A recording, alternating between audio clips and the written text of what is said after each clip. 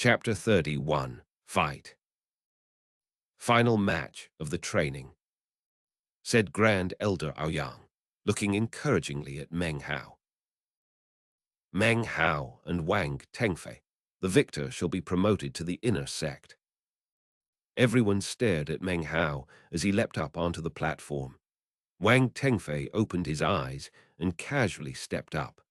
Conversations erupted amongst the outer sect disciples. Meng Hao really dares to step onto the platform. His cultivation base is pretty good, and he did kill Han Zhang, but this is elder brother Wang he's fighting. He really doesn't know his own limitations. There will always be stumbling blocks on the path to power. This is just a little pebble that elder brother Wang has to walk over on his rise to the top. I remember when he snatched a magical item that elder brother Wang had given someone as a gift. When elder brother Wang took it back, he was like an ant in front of him. Conversations filled the air, filled with ridicule. It wasn't that everyone felt great enmity towards Meng Hao, but rather, in their hearts, elder brother Wang was someone you just didn't mess with. If he dies under Wang Tengfei's hand, it won't be easy to get his bag of holding. Thought Shangyuan Zhu, frowning. He looked at Meng Hao. Even as everyone in the crowd sneered at Meng Hao, once again putting him at odds against the world, suddenly, a shrill, clear voice suddenly rang out. "Go Meng Hao, you're gonna win. The next inner sect disciple will definitely be Meng Hao." It was Fatty, shouting out from down in the square in his cracking, teenage voice. The jumble of voices reached Meng Hao, but they seemed very far away. He stood there calmly, staring coldly at Wang Tengfei. Meng Hao knew that from the moment he had entered the world of cultivation until now, he had never faced a more powerful opponent. This would be his most difficult battle yet. But he wouldn't shrink back. He would fight. He would attack. There are some things in life that a man must do because of dignity. The scene from that day continued to play out in his head, and he absent-mindedly rubbed his bag of holding. Inside were the 10 blood-stained fingernails he'd plucked out of his palms. Wang Tengfei stood there calmly, giving a cool look to Meng Hao. His eyes were placid, as if he were looking down at an insect. He looked just like he did that year. He waved his right hand as if he were flicking away a bug, and in front of him a spinning whirlwind appeared, about as tall as a person. It whirled towards Meng Hao. Meng Hao's eyes gleamed. He had nothing to say to Wang Tengfei. Everything he wanted to say could be said with swords, magic, and this most fierce battle in all his 18 years of life. He stepped forward, lifting his right hand and sending a wind blade screaming toward the whirlwind. It radiated a savage wind as it flew forward. "Fight!" He slapped his bag of holding, and 20 flying swords flew out in a line. Some seemed to be bent, unable to fly straight, but their sword auras glittered blindingly. He lifted a finger on his right hand and pointed.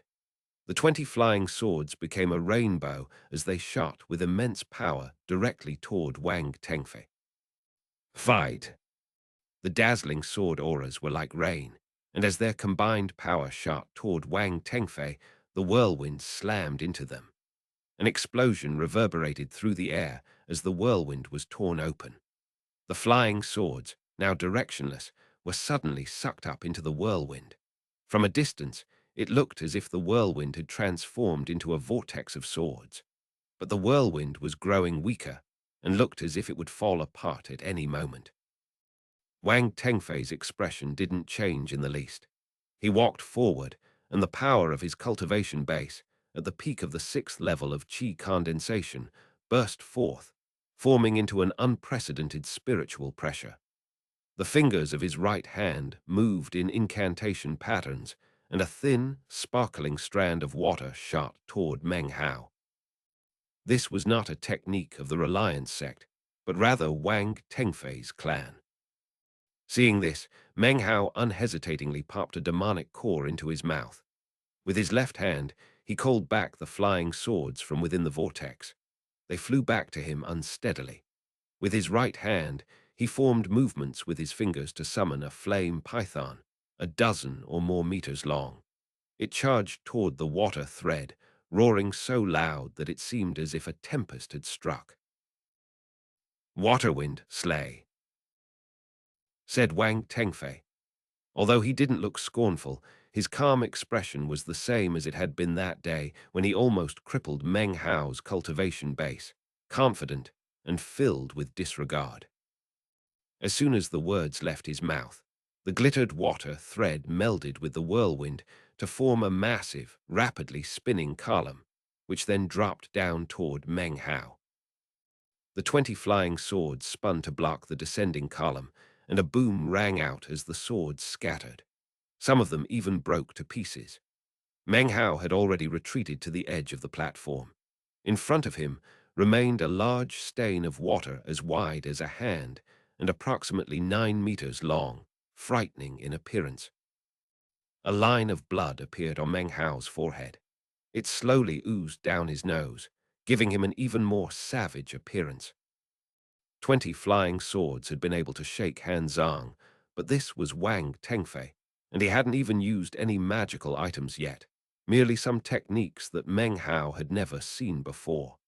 Thankfully, Meng Hao had been able to evade death. Were his cultivation base at the 5th level of qi condensation, he would not have been able to dodge. Wang Tengfei has powerful latent talent, thought Shangyuan Zhu, and has a lot of experience using the powers and abilities of qi condensation. Even someone of the 7th level would have a tough time with him. Meng Hao is definitely going to die. His frown deepened as he looked at Meng Hao, and his eyes shone with murder. However, he still didn't know how he would retrieve Meng Hao's bag of holding after he died. Wang Tengfei seemed as calm as ever when Meng Hao evaded his attack. It was as his attack had been a mere afterthought. If an elephant wants to crush an ant and its first step misses, the second will not. He gave a beautiful, indifferent smile, then took another step forward, raising his right hand and waving a finger toward Meng Hao. As soon as he waved his finger, Meng Hao heard a buzz from the surrounding audience. It reminded him of that day when he had stood against the world. Wang Tengfei had used one finger attack to bind him, one to destroy his jade pendant, one to take away the gourd bottle, and one to attempt to cripple his cultivation base. A powerful fighting spirit shone in Meng Hao's eyes. He had been humiliated by Wang Tengfei's finger attack, but he was a different person today. Even though he hadn't made up his mind to register for the inner sect training, but had rather been forced to sign up by circumstances, he had been prepared to do so for some time. In the past month, most of his time had been spent learning how to sacrifice a bit of dexterity to be able to control large amounts of flying swords. As Wang Tengfei's finger descended, Meng Hao slapped his bag of holding, consumed a demonic core, and then began moving his fingers in incantation patterns. Suddenly, the 10 or so remaining flying swords began to tremble, then suddenly lifted off the ground and flew back toward him from all directions. They rotated around his body, and he lowered his hands, then pointed toward Wang Tengfei. The flying swords shot out with shocking speed, screaming toward Wang Tengfei. At the same time, more flying swords appeared from within his bag of holding, until his limit was reached. There seemed to be enough to break down a city wall. With frightening power, they filled the sky, flying toward Wang Tengfei's finger attack. Boom!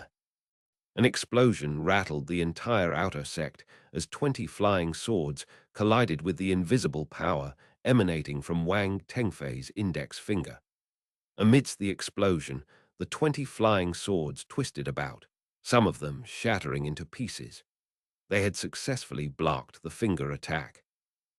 Blood seeped out of Meng Hao's mouth, and veins of blood filled his eyes.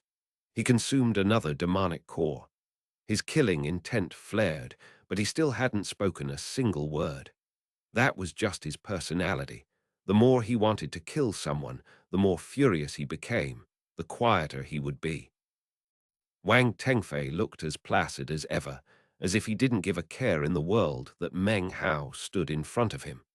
Only he could be filled with such arrogance and disregard. Taking another step forward, he made his second finger attack. This was the attack that had shattered Meng Hao's jade pendant. Meng Hao didn't bother to spit the blood out of his mouth. He swallowed it. Fingers flickering with incantations, he sent the remaining scattered flying swords shooting toward Wang Tengfei in another attack. Then, surprisingly, he severed his control link to the swords, letting them fly forward with their own inertia. He slapped his bag of holding, and suddenly more sword auras appeared, another 20, forming a second wave that whistled forward. This was a sword rain that contained nearly 40 flying swords in total. Meng Hao knew that this tactic had its weaknesses. The flying swords wouldn't be dexterous, only fast and sharp. His opponent wouldn't find it difficult to avoid an attack. But Meng Hao was betting that considering his opponent's vast arrogance, he would most likely not try to dodge. Even if he did try to dodge, Meng Hao would be ready. He had naturally considered this possibility and was prepared for it. The scene that was unfolding could only be described as an epic battle. For cultivators practicing qi condensation, it was something seldom seen. In the entire state of Zhao in the past several hundred years, there had never been such a battle between two people of the 6th level of qi condensation. Meng Hao had plenty of flying swords. After his experience on the Black Mountain, he had put a lot of thought into his use of battle magic. With the help of the wind blade, he could control large amounts of flying swords. However, it took a lot of spiritual power, and he could only summon 20 each time. Furthermore, his cultivation base only permitted him to exercise basic control, enough to shoot them forward. He couldn't move them nimbly in the air, or cause them to change directions. He essentially sacrificed the dexterity of the flying sword and focused on its ability to fly. As such, he could use even larger groups of them, the same way an ordinary person might just throw objects in succession. Except he wasn't using his hands, he was using spiritual power to ensure their forward movement. As long as he had enough swords and his spiritual power didn't run out, he could pay the price. Wang Tengfei didn't use Reliance sect techniques because he disdained the Reliance sect and their techniques. He used techniques of his powerful clan, enabling him to gain an edge on his peers. Chapter 32. This finger brought me humiliation. Today, I cripple it. Meng Hao's flying swords and Wang Tengfei's special magic techniques left the surrounding cultivators awestruck. No longer did they look down on Meng Hao, but rather were stunned by his vast array of magical items. It wasn't just them. Shangyuan Ziu, Grand Elder Aoyang, and even sect leader He Luohua stared in amazement. Wang Tengfei was strong, able to inspire fear into his cultivator peers. Everyone knew this, so to see Meng Hao go toe-to-toe with Wang Tengfei caused everyone watching to feel shocked. At the moment, 40 flying swords descended upon him from multiple directions, a sword tempest that seemed as if it could rip apart any living thing that stood in its path. An ordinary qi condensation, 6th level opponent would have difficulty standing up against it. Meng Hao coughed up more blood. The only way to force himself to remain upright was to continuously consume demonic cores. A booming sound erupted as Meng Hao's 40 flying swords collided with the power of Wang Tengfei's second finger attack. More than half of them were destroyed, but the finger attack could do nothing to Meng Hao other than force him to cough up a bit of blood. Anyone else would be cautious in their approach to dealing with Meng Hao, but Wang Tengfei was as dismissive as ever. He stepped forward and waved his finger a third time. Meng Hao's spiritual energy was almost completely exhausted, but he had a lot of demonic cores available to replenish himself.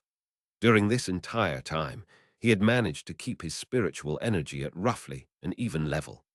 As he watched Wang Tengfei make his third movement, he could not help but recall the same finger attack, taking away the gourd bottle. The killing intent in his eyes grew stronger. He didn't retreat, and in fact took a step forward, flingers flickering in incantation movements. 3 or 4 of his bags of holding began to tremble, and then suddenly a succession of sword auras appeared, to the astonishment of all the onlookers. Waving his sleeve, he sent forth 1 wave, 2 waves, 3 waves of flying swords. They transformed into a dazzling sword rain. 1 sword, 10, 20, 30 swords, 70 swords in 4 waves, an unbelievable sword aura. They shot toward Wang Tengfei. Meng Hao constantly coughed up blood, then consumed medicinal pills. His eyes were completely bloodshot, but the killing intent in them was as strong as ever. Even if he ran out of spiritual power, he would spare nothing. Wang Tengfei gave a cold harumph. With so many people looking on, he didn't want to dodge the attack, but there were just too many flying swords. They appeared to be approaching in a direct line, and yet something about the attack looked off. He had a dark premonition that if he attempted to dodge the attack, he would still be walking into death. For the first time, something flickered within Wang Tengfei's eyes. Lifting his finger, he immediately moved into the 4th finger attack. A ripple appeared in front of him, and even as it began to spread out, Meng Hao's fingers stopped moving, and he clasped his palms together flat in front of him. Wind Construct Sword. As soon as the words came out of Meng Hao's mouth, the 70 flying swords suddenly began to combine together. The onlookers gaped in shock as the 4th wave of swords picked up speed, slamming into the 3rd wave, which then swept into the sword rain of the 2nd wave, and then finally smacked into the back of the 1st wave. Then a sweeping wind pressed in from multiple directions to form them into the solid shape. From a distance, it appeared as if they had formed a gigantic flying sword. This was Meng Hao's flying sword matrix, created along with the issuance of his wind blade. It was a sword technique he had developed after his time on the Black Mountain. It shot toward Wang Tengfei with irresistible force. Popping sounds filled the air as the ripple in front of Wang Tengfei began to warp, as if it were being pushed against by a massive force.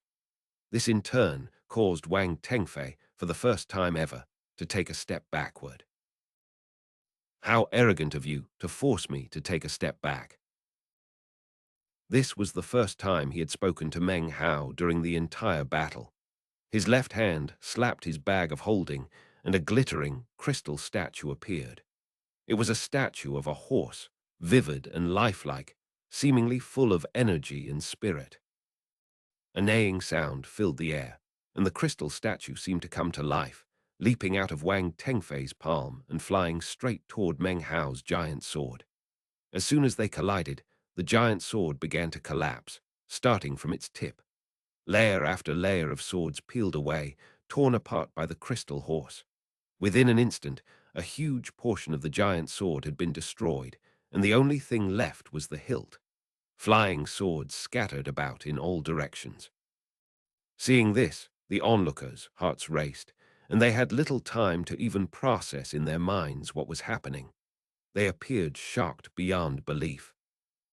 And then, just as the giant sword was broken down into a mere hilt, a new sword flew out from the midst of the other swords, a sword made of wood.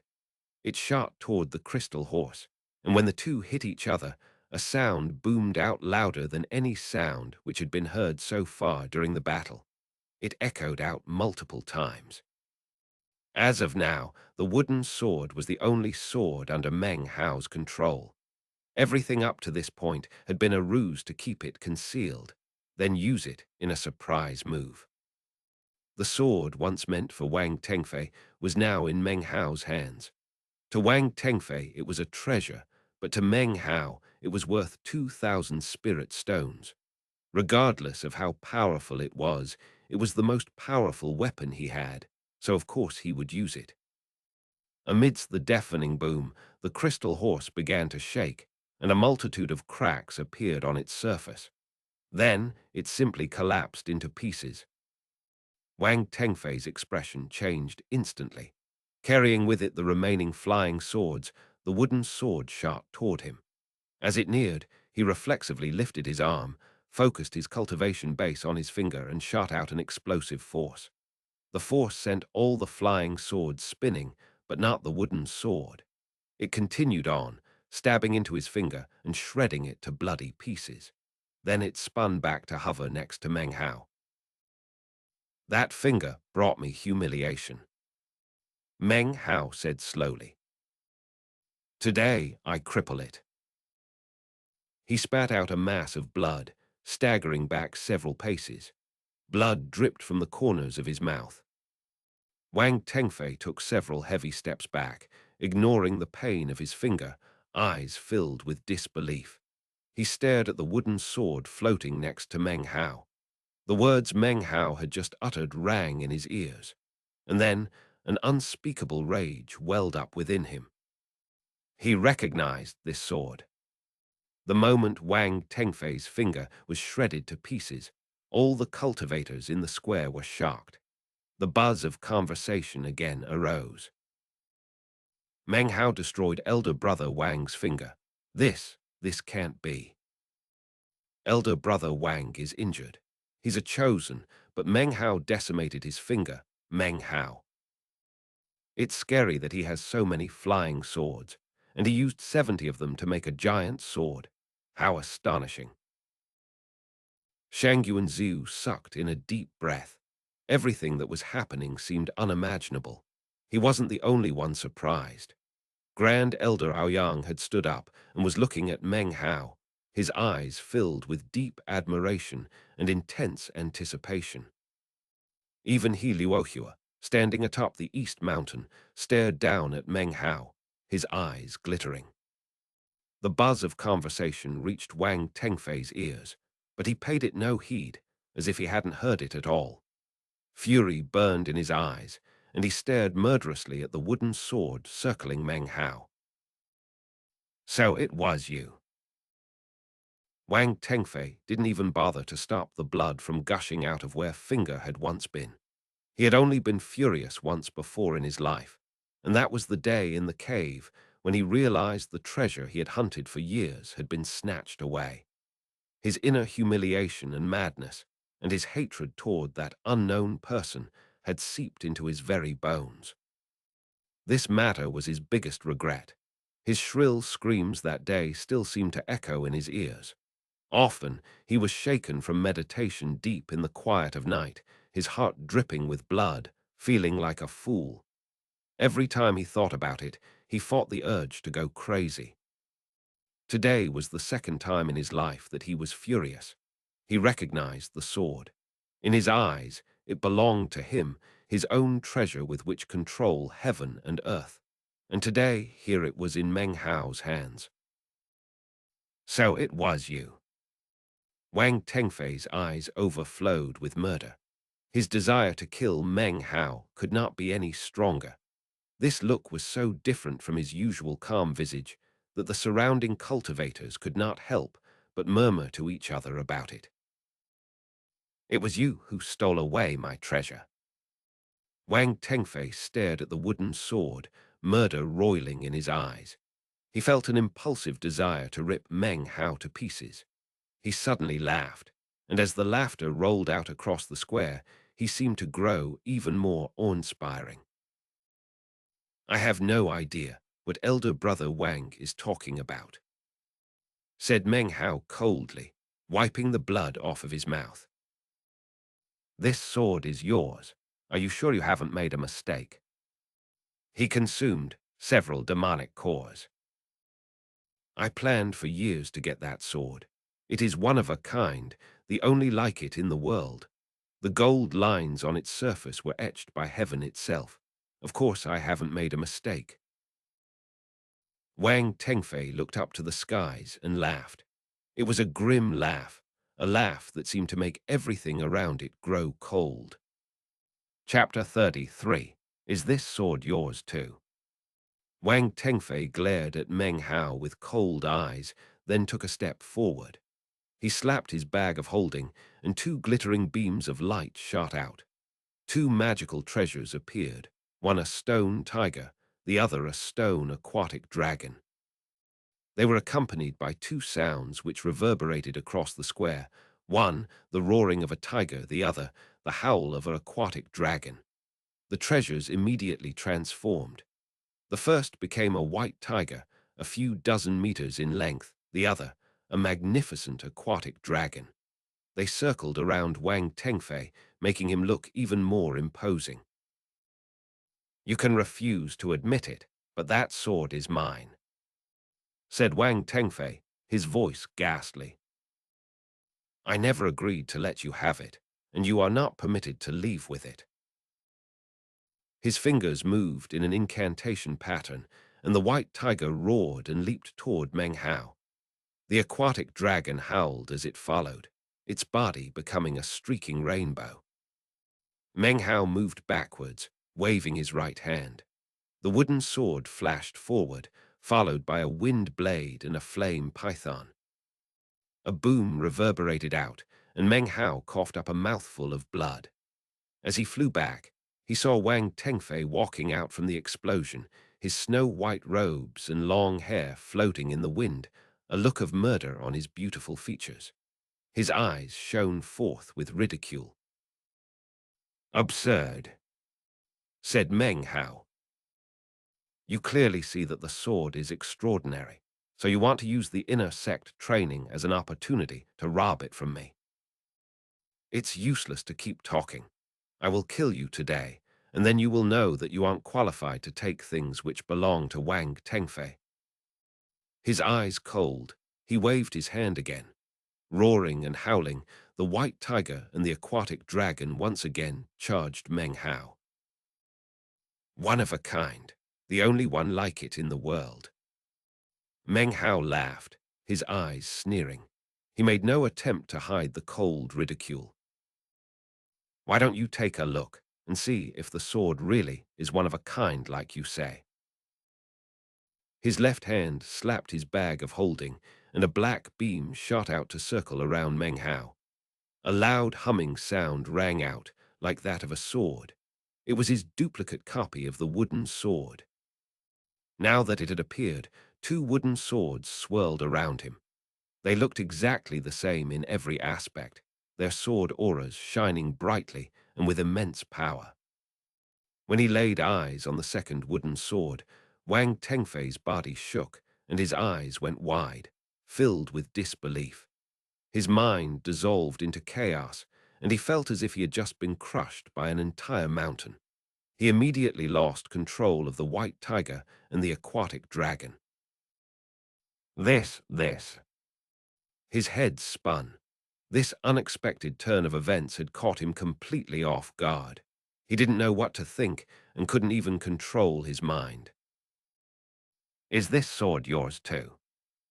Meng Hao's eyes flashed, and he stepped forward, suddenly radiating the power of his cultivation base. "Is this your one-of-a-kind sword?"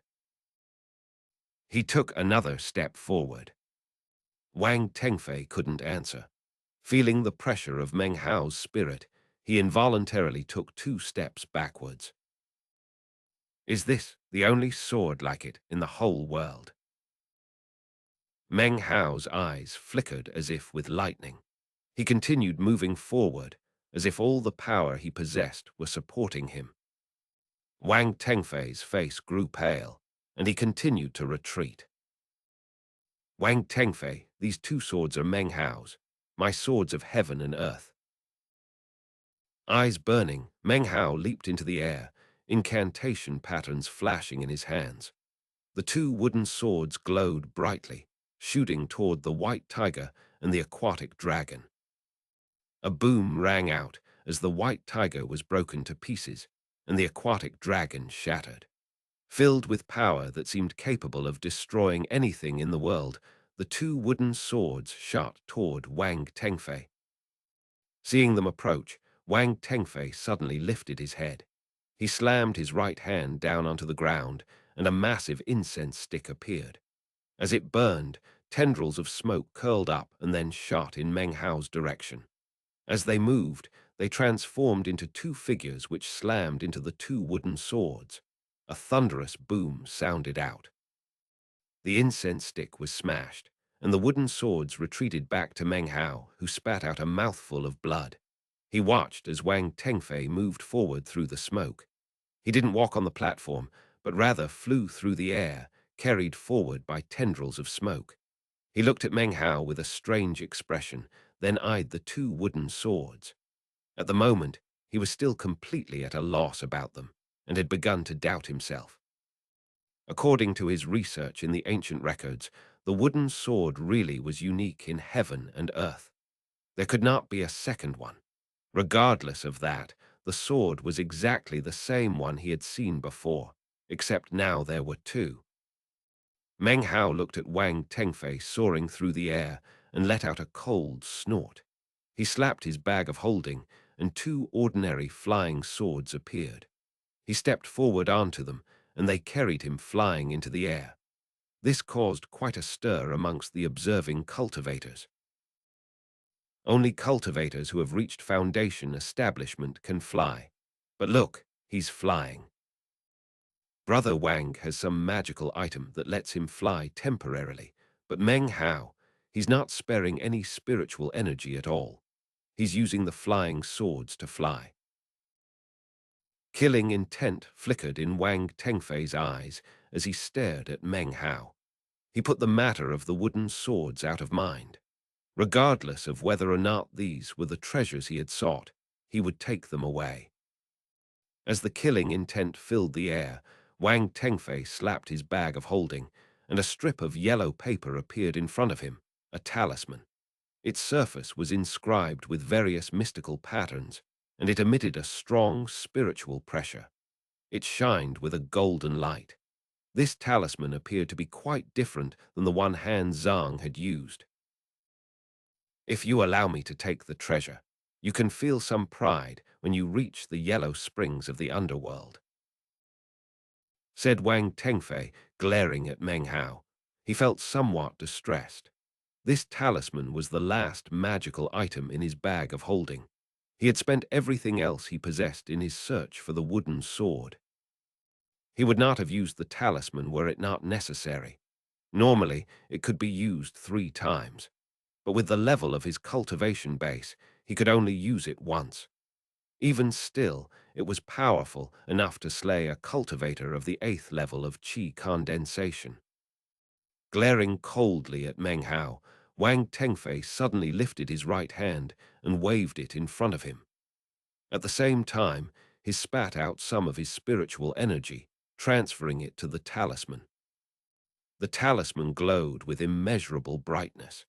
As Meng Hao flew through the air, he looked down at it and suddenly felt a stabbing pain inside him.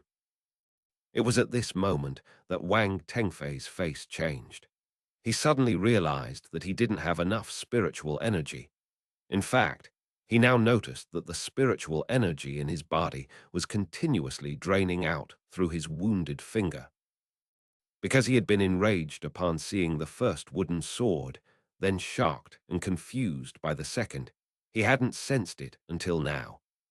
As of now, there was not enough spirit energy to fully activate the talisman, and not enough time to consume medicinal pills to replenish himself. Even though the talisman can't be fully utilized, it's still strong enough to kill someone of the 6th level of qi condensation. Killing you will be as easy as falling off a log. With no hesitation, he flung the talisman out. It suddenly appeared to be a golden sun which shot toward Meng Hao. At this life-and-death juncture, a strange light appeared in Meng Hao's eyes. Even as he flew through midair, he suddenly caught a glimpse of the dream he had experienced the day he consumed the flying rain dragon's demonic core. In the dream, he had looked down into a lake and seen the reflection of the ancient flying rain dragon. Now, he could see the same thing again. A sovereign of the sky. Meng Hao felt as if he were filled with good fortune. He closed his eyes, and as the golden sun summoned by the talisman approached, the demonic core which rested in his core lake began to shudder. Then, a massive force of spiritual power burst out, filling Meng Hao's body and causing him to snap his hands out in front of him.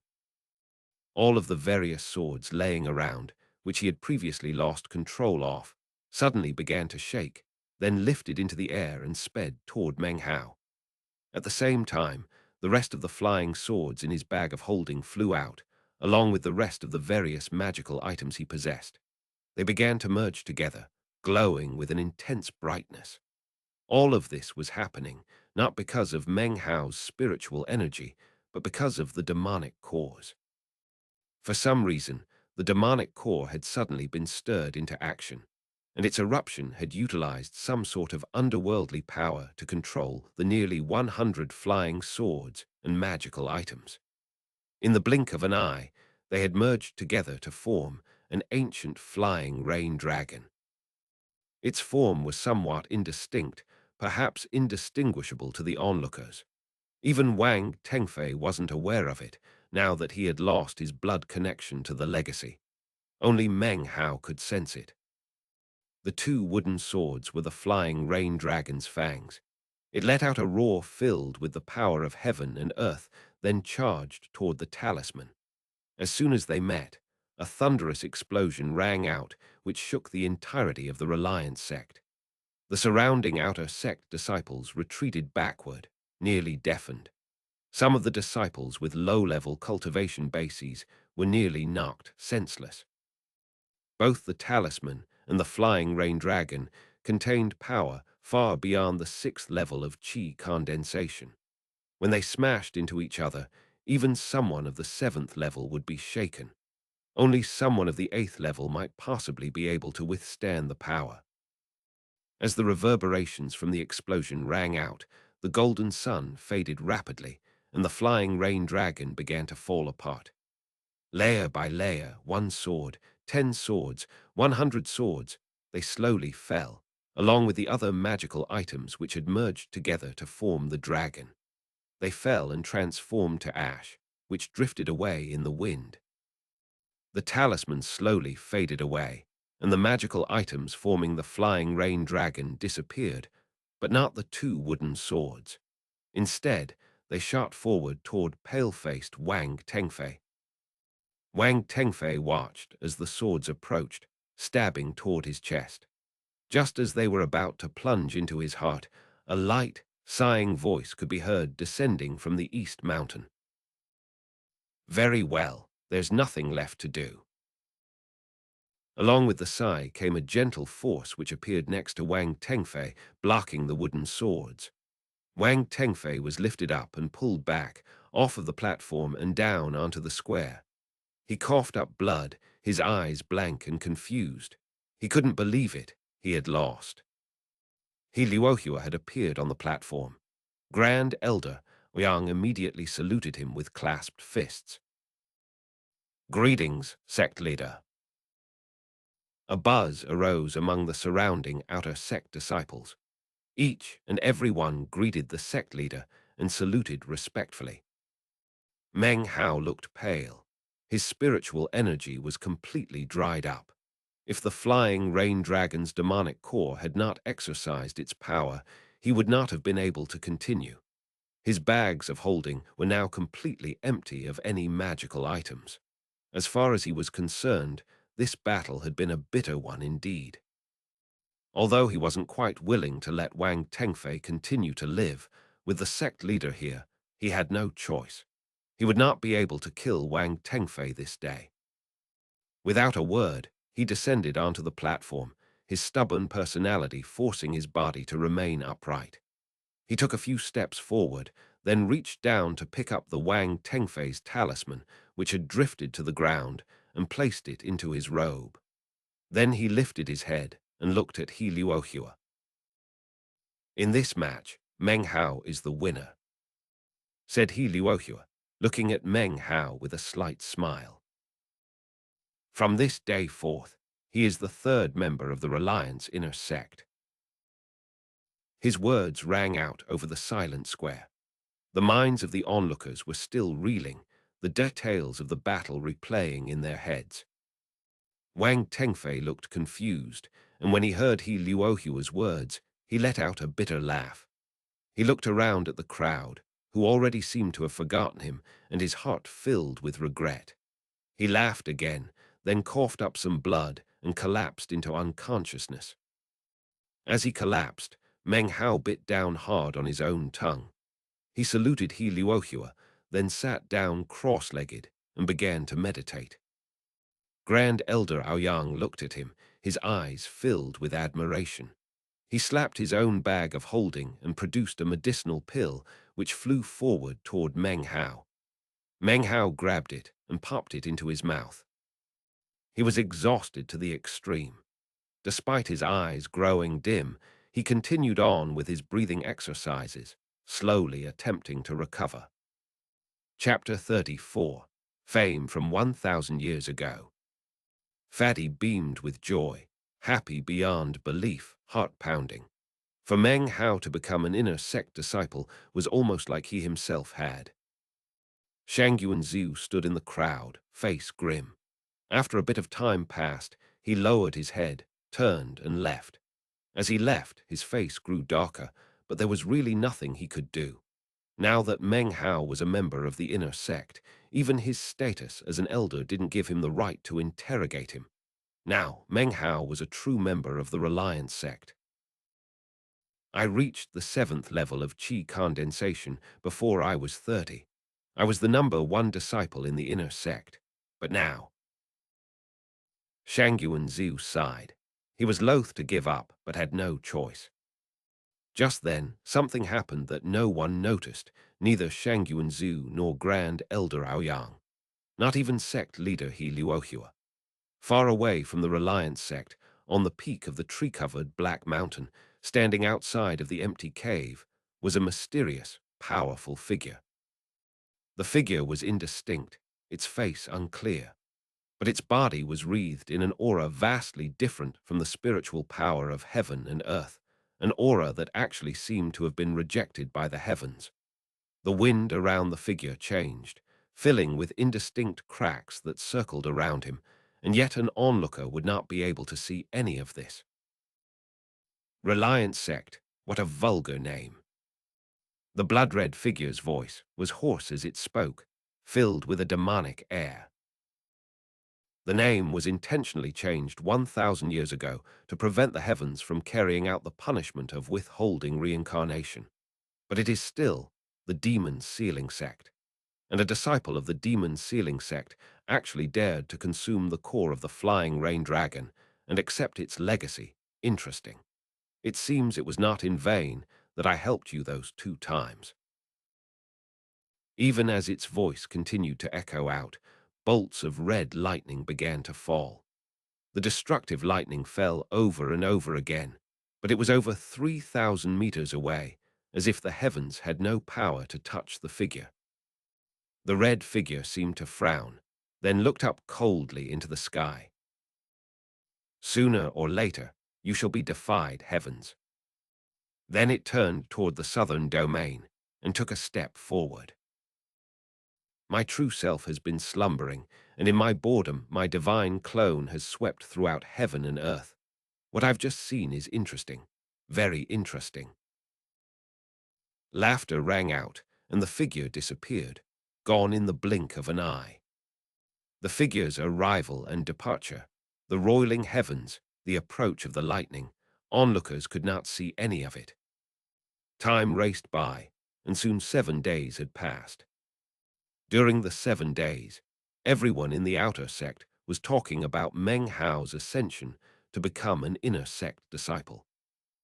Even though everyone had seen the event with their own eyes, it had left them shocked to the core. Despite 7 days having passed, they would often lift their heads to gaze at the East Mountain, eyes filled with envy. There were some people who felt sorry for Wang Tengfei, but they didn't say anything. It was as if after the battle, Wang Tengfei's name had become a thing of the past. Disciples who had been Meng Hao's enemies were even more disturbed than before, filled with dread. But Meng Hao was no longer present in the outer sect, so all they could do was find Fatty to fawn over. Fatty's prestige exploded in just a few days. He was the new shop owner at the low-level public zone, having taken over for Meng Hao. He reveled in the attention of his fellow disciples, filing away at his teeth triumphantly. He was even able to move into one of the nicer residences in the outer sect. Meng Hao was quite busy during the 7 days. The Reliance sect might have been in decline, but there were still rules to follow. Meng Hao bathed and donned new clothes. He kowtowed to the image of Patriarch Reliance and the other patriarchs of the sect. Of course, there were many complicated procedures and details involved in all of this. During this time, he didn't see elder sister Sue at all, as she had secluded herself in meditation. However, he did see elder brother Chen Fan one. Chen Fan's name in Chinese is Chinese letter, Shane Fan. Chen is a common family name. Fan means mortal or ordinary. Dressed in his silver robe.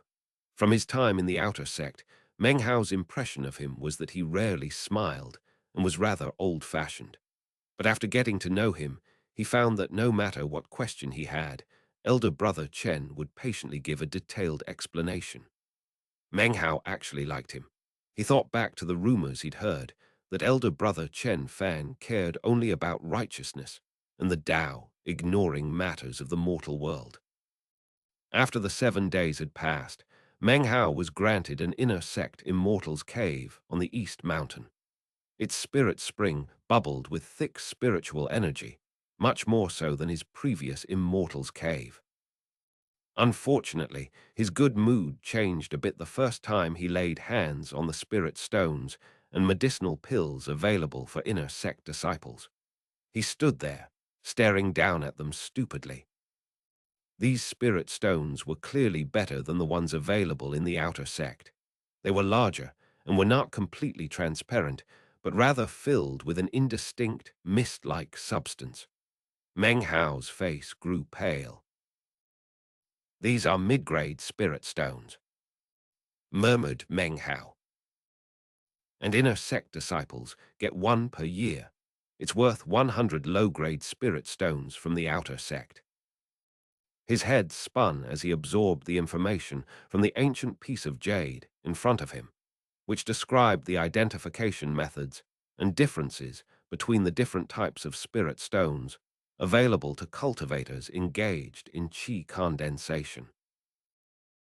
Above mid-grade spirit stones are high-grade spirit stones, which don't even exist in the state of Zhao.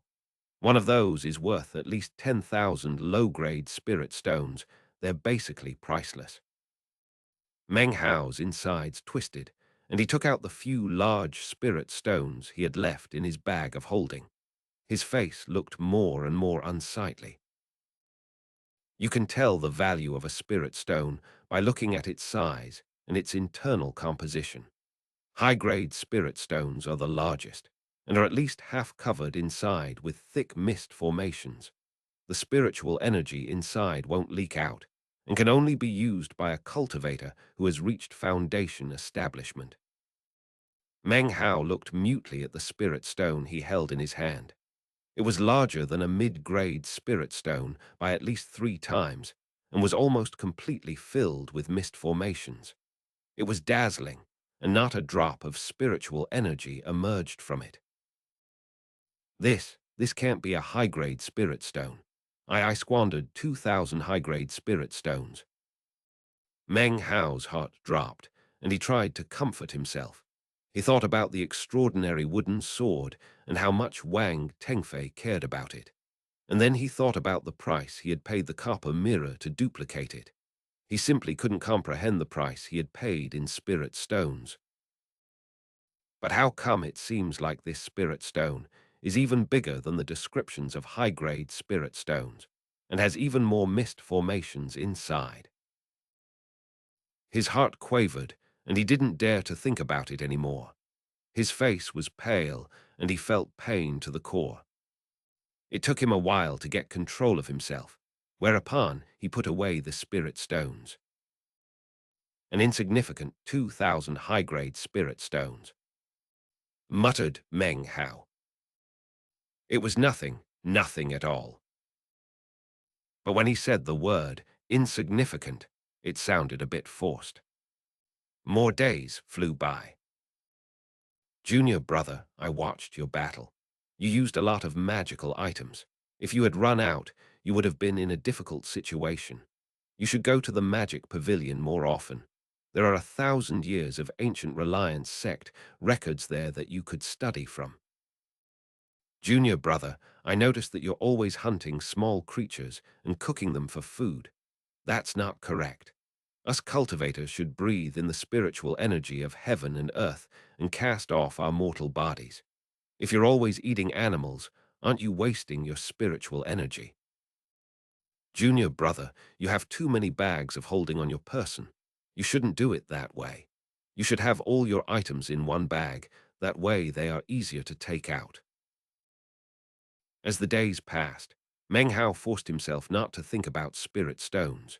It didn't take long before he understood elder brother Chen Fan a lot better, and soon he spent most of his time with him, being instructed. He soon realized that this elder brother was nothing at all like the rumors in the outer sect held him out to be. Although he was very focused on the Tao, he wasn't taciturn at all. In fact, when he started talking, he would keep going for hours and hours, sometimes even an entire day. Soon it came to the point that if he didn't go looking for Chen Fan, then Chen Fan would come looking for him in his immortal's cave, and the discussions would begin. Meng Hao couldn't refuse. He could only force a smile and listen. Sometimes he would fall asleep in the middle of it, only to wake up to find brother Chen Fan still talking.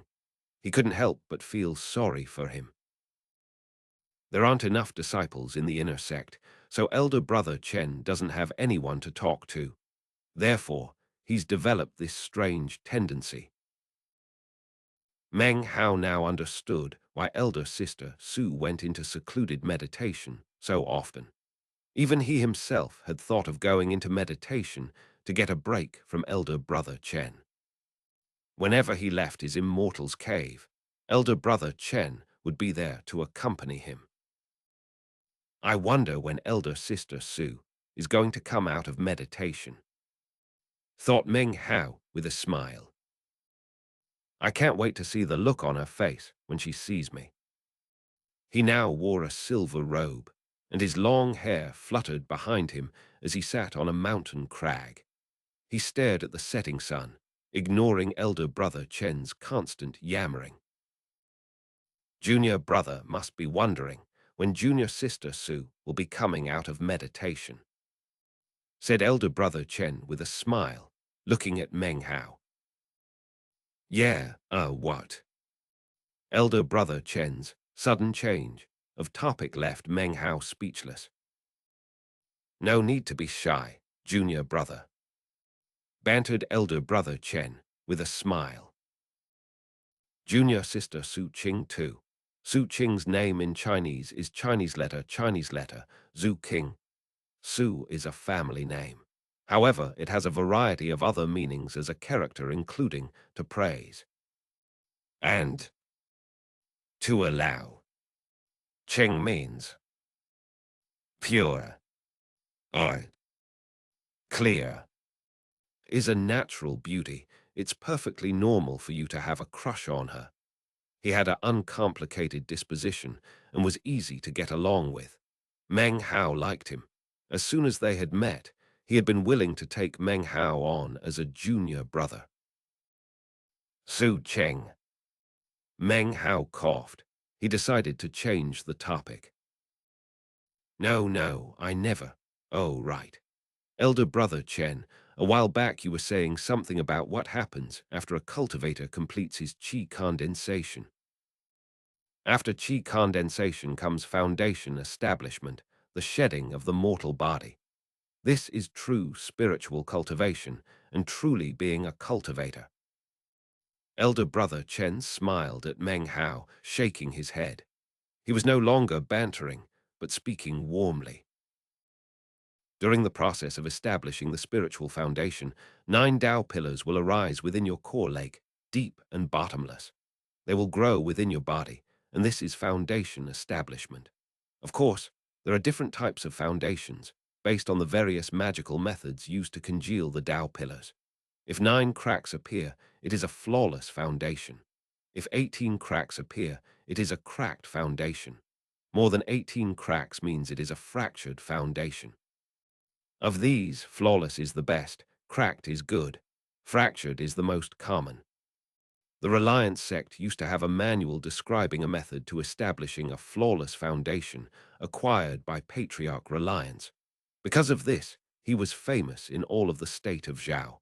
His name was even known in the southern domain. Sadly, when the Patriarch went missing, the technique was not handed down. Chen Fan explained everything slowly and in great detail.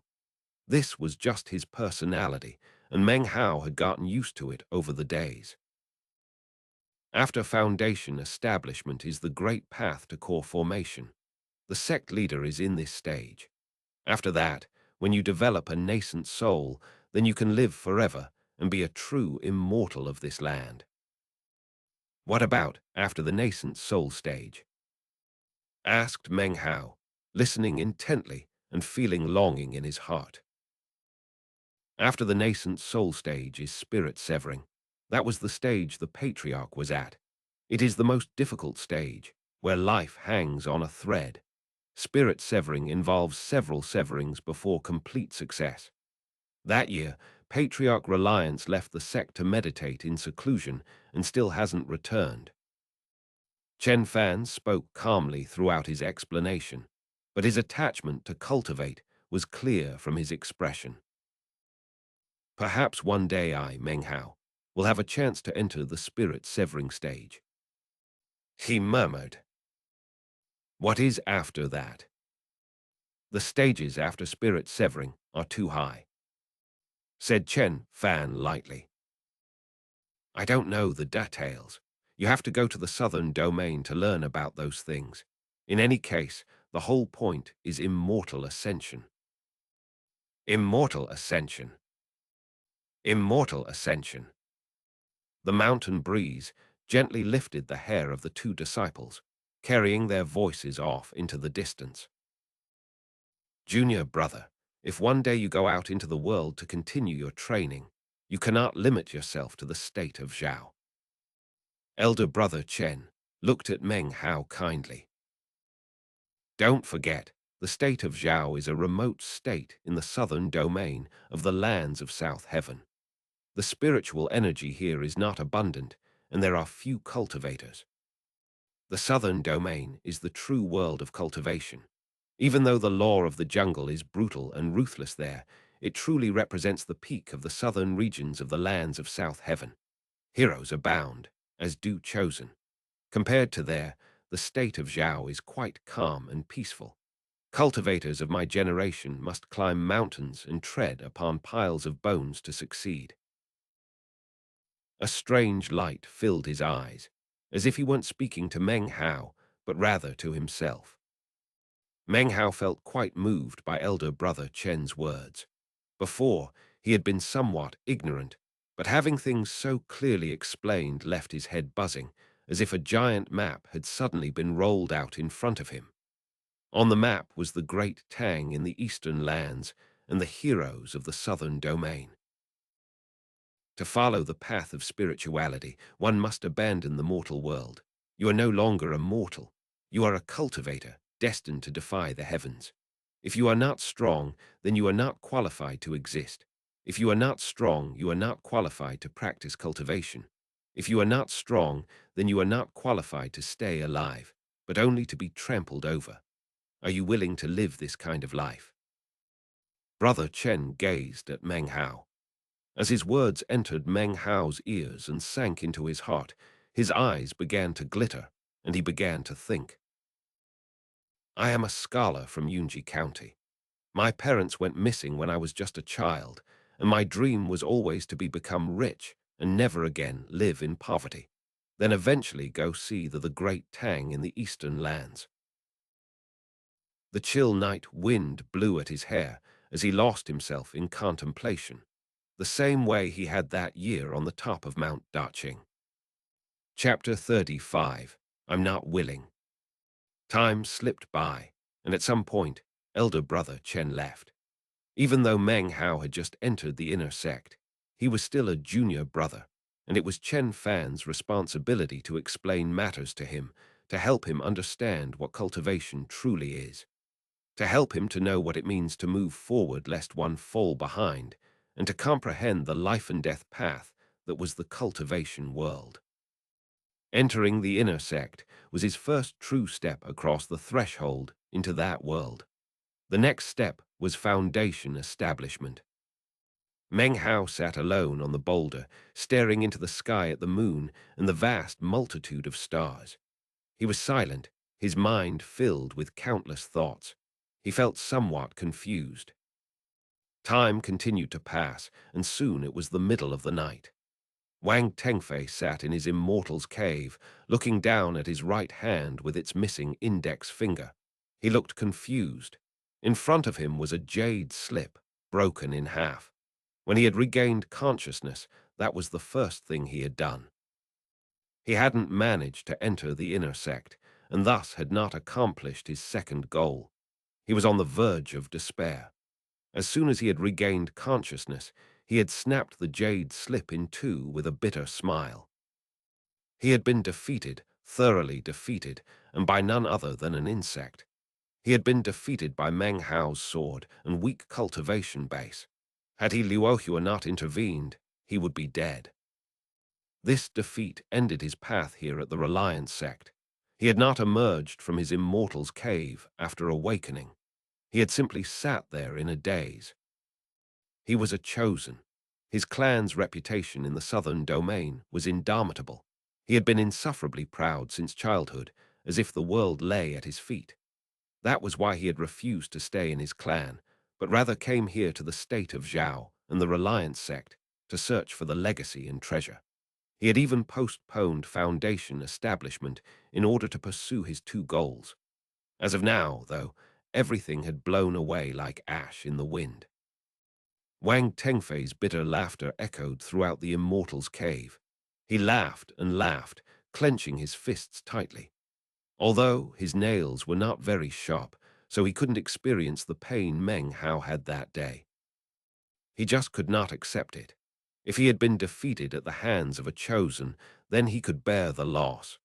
But the person who had robbed his place in the inner sect, who had trampled him underfoot, was someone he didn't even deign to look at, an insect whose name he hadn't even been able to recall. He just couldn't accept it. At this moment, the main door of Wang Tengfei's immortal's cave suddenly disintegrated noiselessly. The entire door turned into ash, which floated down to the ground of the immortal's cave. A middle-aged man stood in the doorway, wearing a black robe, hands clasped behind his back. He seemed somewhat emaciated, but carried a haughty air. The moonlight fell onto him and seemed to quiver and turn into ripples. It was as this man's mere existence could cause the surrounding mountain chains to tremble. Next to the middle-aged man was a young woman, perhaps 18 or 19 years of age. She was incredibly beautiful, tall and slender. She wore no makeup, and yet her face glowed like the dawn. Her hair was pinned up in the shape of a swallow's tail, and her body seemed as if it were carved from jade. She wore a thin, light green garment. Standing there in the moonlight, she emanated a magical aura, cool and composed, refined and free from worldly vulgarity. She looked just like a female celestial, descended from heaven. The Wang clan is one of the three great cultivation clans in the southern domain, said the middle-aged man coolly. His voice contained an awe-inspiring coldness difficult to describe. It has outmatched many sects and has existed for 10,000 years in the southern domain.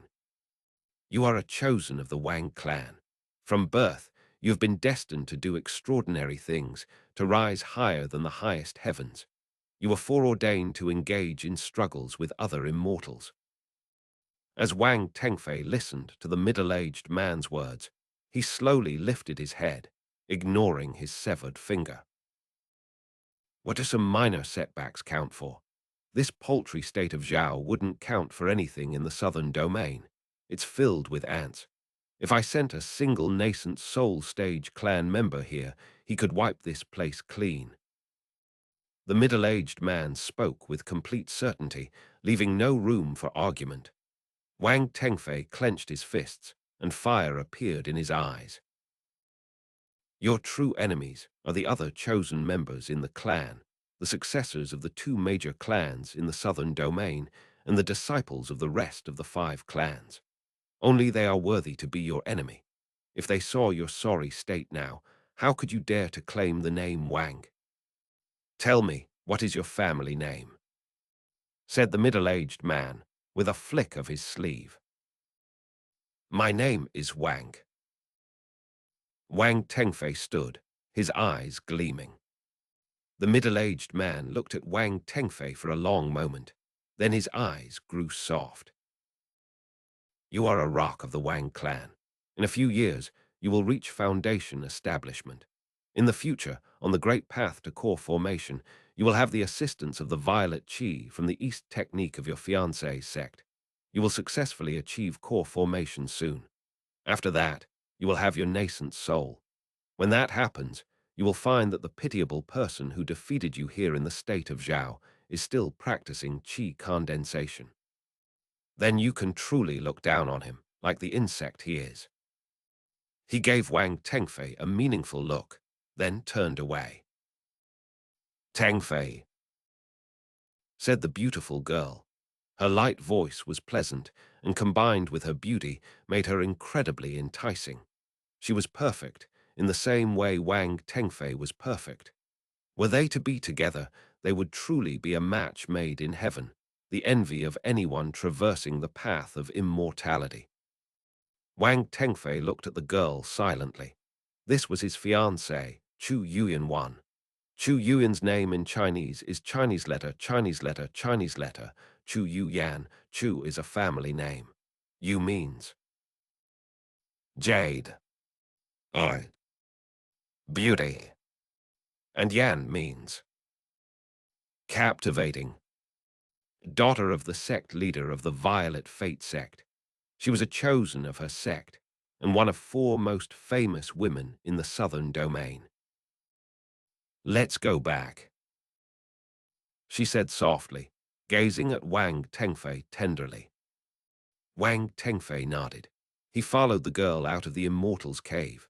Along with the middle-aged man, they walked forward, and suddenly a rumbling sound shook the night sky. A massive lightning bolt shot down from the sky, transforming into a flying battleship, nearly 300 meters long. The ship was black and emanated the feeling of death, especially the massive flagpole from which flapped a red flag, embroidered with the character Wang. On the ship stood numerous men with expressionless faces, standing at attention, radiating cold auras. The massive noise which had just rung out, as well as the battleship, left the disciples of the Reliance sect trembling in fear. They looked up at the sight, disbelief written across their face. Meng Hao still sat on the peak of the East Mountain. Pulled out of his contemplation, he looked up at the shocking black battleship and red flag, and his heart quivered. I should never have agreed to let you come to this backwater place, said the middle-aged man as they stepped foot onto the ship. Even if the sublime spirit scripture was rumored to have been seen here, that was something that occurred hundreds of years ago. Wang Tengfei stood there, looking out at the Reliance sect. He slowly wiped away all the memories of the recent years. No longer was his gaze warm and gentle, no longer was his smile kind and sincere. He had become cold, especially his eyes, which radiated hatred. He now seemed completely different from the old elder brother Wang. He looked down at Meng Hao sitting there on the mountaintop. The two of them stared at each other for a moment, and then Wang Tengfei's eyes once again filled with disregard. As far as he was concerned, Meng Hao was a bug. Pride filled him, because his family name was Wang. At this moment, the middle-aged man caught sight of Meng Hao sitting there. He didn't reveal his cultivation base, but his gaze itself was enough to cause a thunderous roar which shook the entire East Mountain. Like a sharp sword, it toward Meng Hao. Meng Hao's expression changed, and he coughed up a mouthful of blood. His entire body felt ice cold, and he sensed an intense, deadly force fall upon him. His head spun, and he lost the power to even think.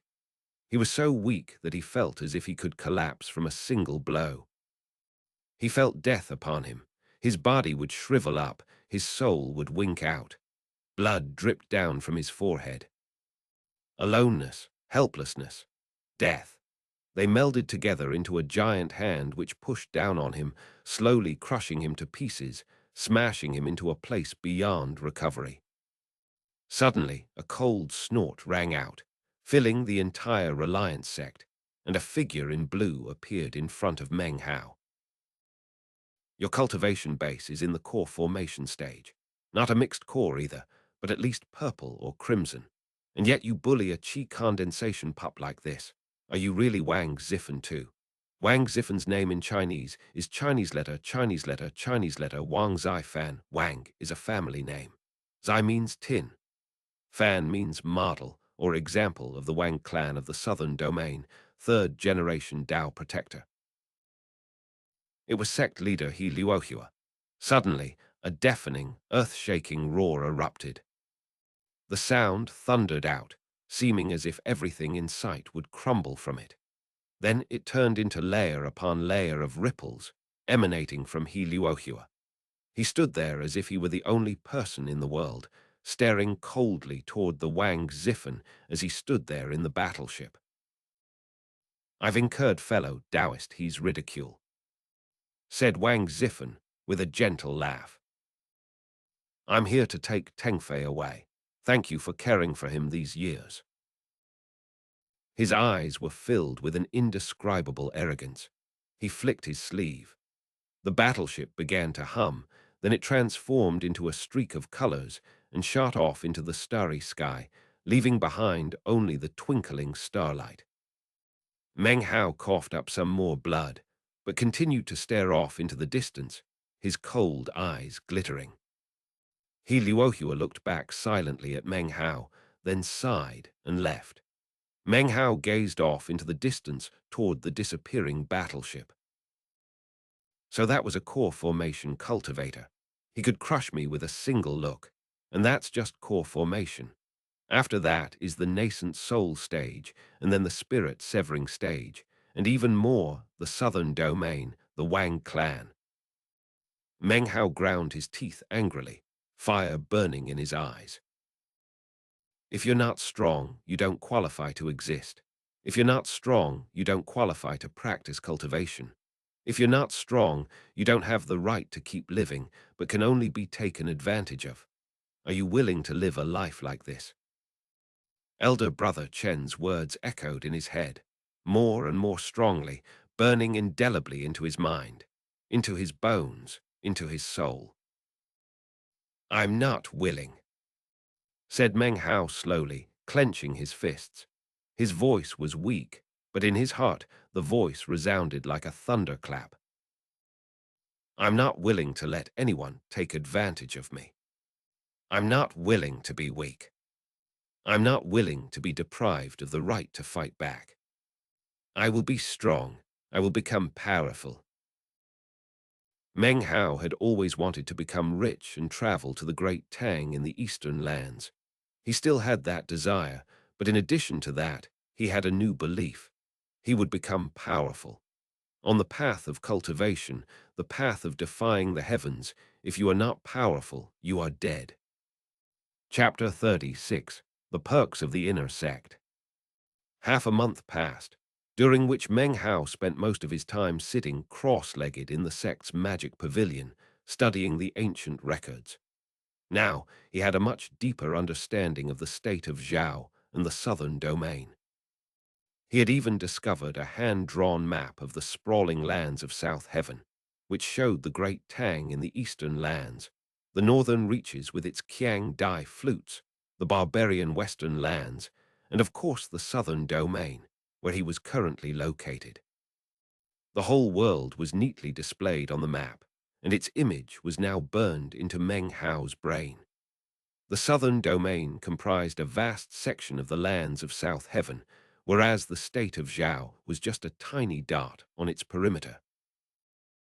The southern domain is so big that it could hold thousands of the state of Zhao.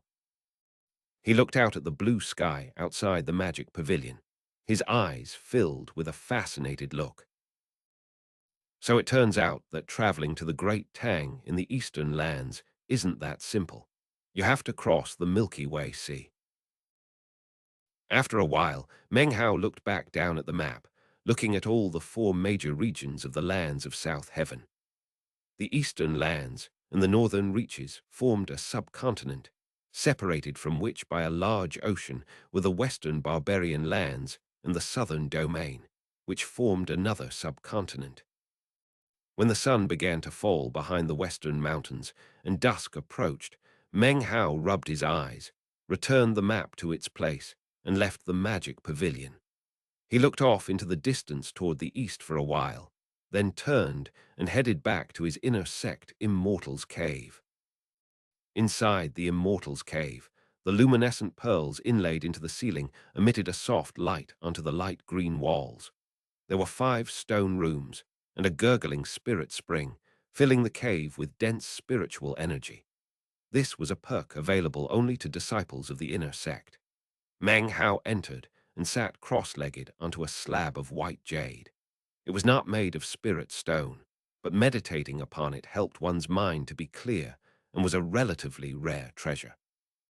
This also was something only for inner sect disciples. Only inner sect disciples can truly be considered members of the Reliance sect, thought Meng Hao, quietly looking around. The light green stone walls were carved with various birds and beasts, each of which seemed to be filled with deep meaning. Even looking at them left one feeling refined. These are very different perks from those in the outer sect. This is in order to emphasize the outstanding qualities of inner sect disciples.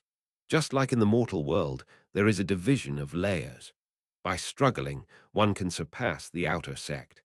After that, if one wishes to become exalted, one must become stronger. Soon, dusk fell, and then Meng Hao heard a respectful voice from outside. Elder Brother Meng, Li Fugui from the foot of the mountain, requests an audience. It was the voice of a boy, a servant. After Meng Hao had joined the inner set, this boy had been assigned to help him care for his daily affairs. This was yet another perk of life in the inner sect. At first, Meng Hao had a hard time getting used to it. He had never had someone waiting upon him before. But when he saw Elder Brother Chen's servant helping him, it was easier to accept. However, he still held firm to his desire to grow stronger. Only the strong can have power over others and prevent others from controlling them. The law of the cultivation world and rules of the Reliance sect were the same. It was not reasonable or fair, but it existed, and that was the way of life. Existence was truth. The world is fundamentally unreasonable, and naturally there is no true fairness. Send him in, said Meng Hao coolly. Filled with reverence, the young servant complied. After being assigned to wait upon Meng Hao, his very life belonged to him. Shortly thereafter, Fatty entered, clicking his teeth and striding with long steps. This was not his first time to visit, but rather his third. Every time he came, he was filled with excitement. This was not a place outer sect disciples could visit without the consent of the person they called upon. The young servant led Fatty in respectfully. Fatty looked around, rubbing his hands along various items in wonder, even the white jade slab that Meng Hao sat on. "It's not your first time here," said Meng Hao with a laugh, watching him. "Meng Hao, this place is just too amazing. Every time I come, I just can't control myself. the immortal's cave of an inner sect disciple. It's a place of legend. You know, after the last time I came here, a bunch of outer sect disciples crowded around me asking all sorts of questions. I'm important now. His body trembled, and it took a moment for him to stop thinking about it. He sat down in front of Meng Hao. If you'd like, I can request for Wang Tengfei's Immortal's Cave to be given to you. That would be incredible, said Fatty, looking excited, but at the same time a bit shy. Zhao Hai, said Meng Hao coolly. He waved his right hand, and the main door opened. The young servant rushed in and gave Meng Hao a deep salute. He looked to be about 14 or 15, close to Fatty's age. He had delicate features and had only arrived on the mountain recently. It was said he was from the same village as Little Tiger and that his family was rich.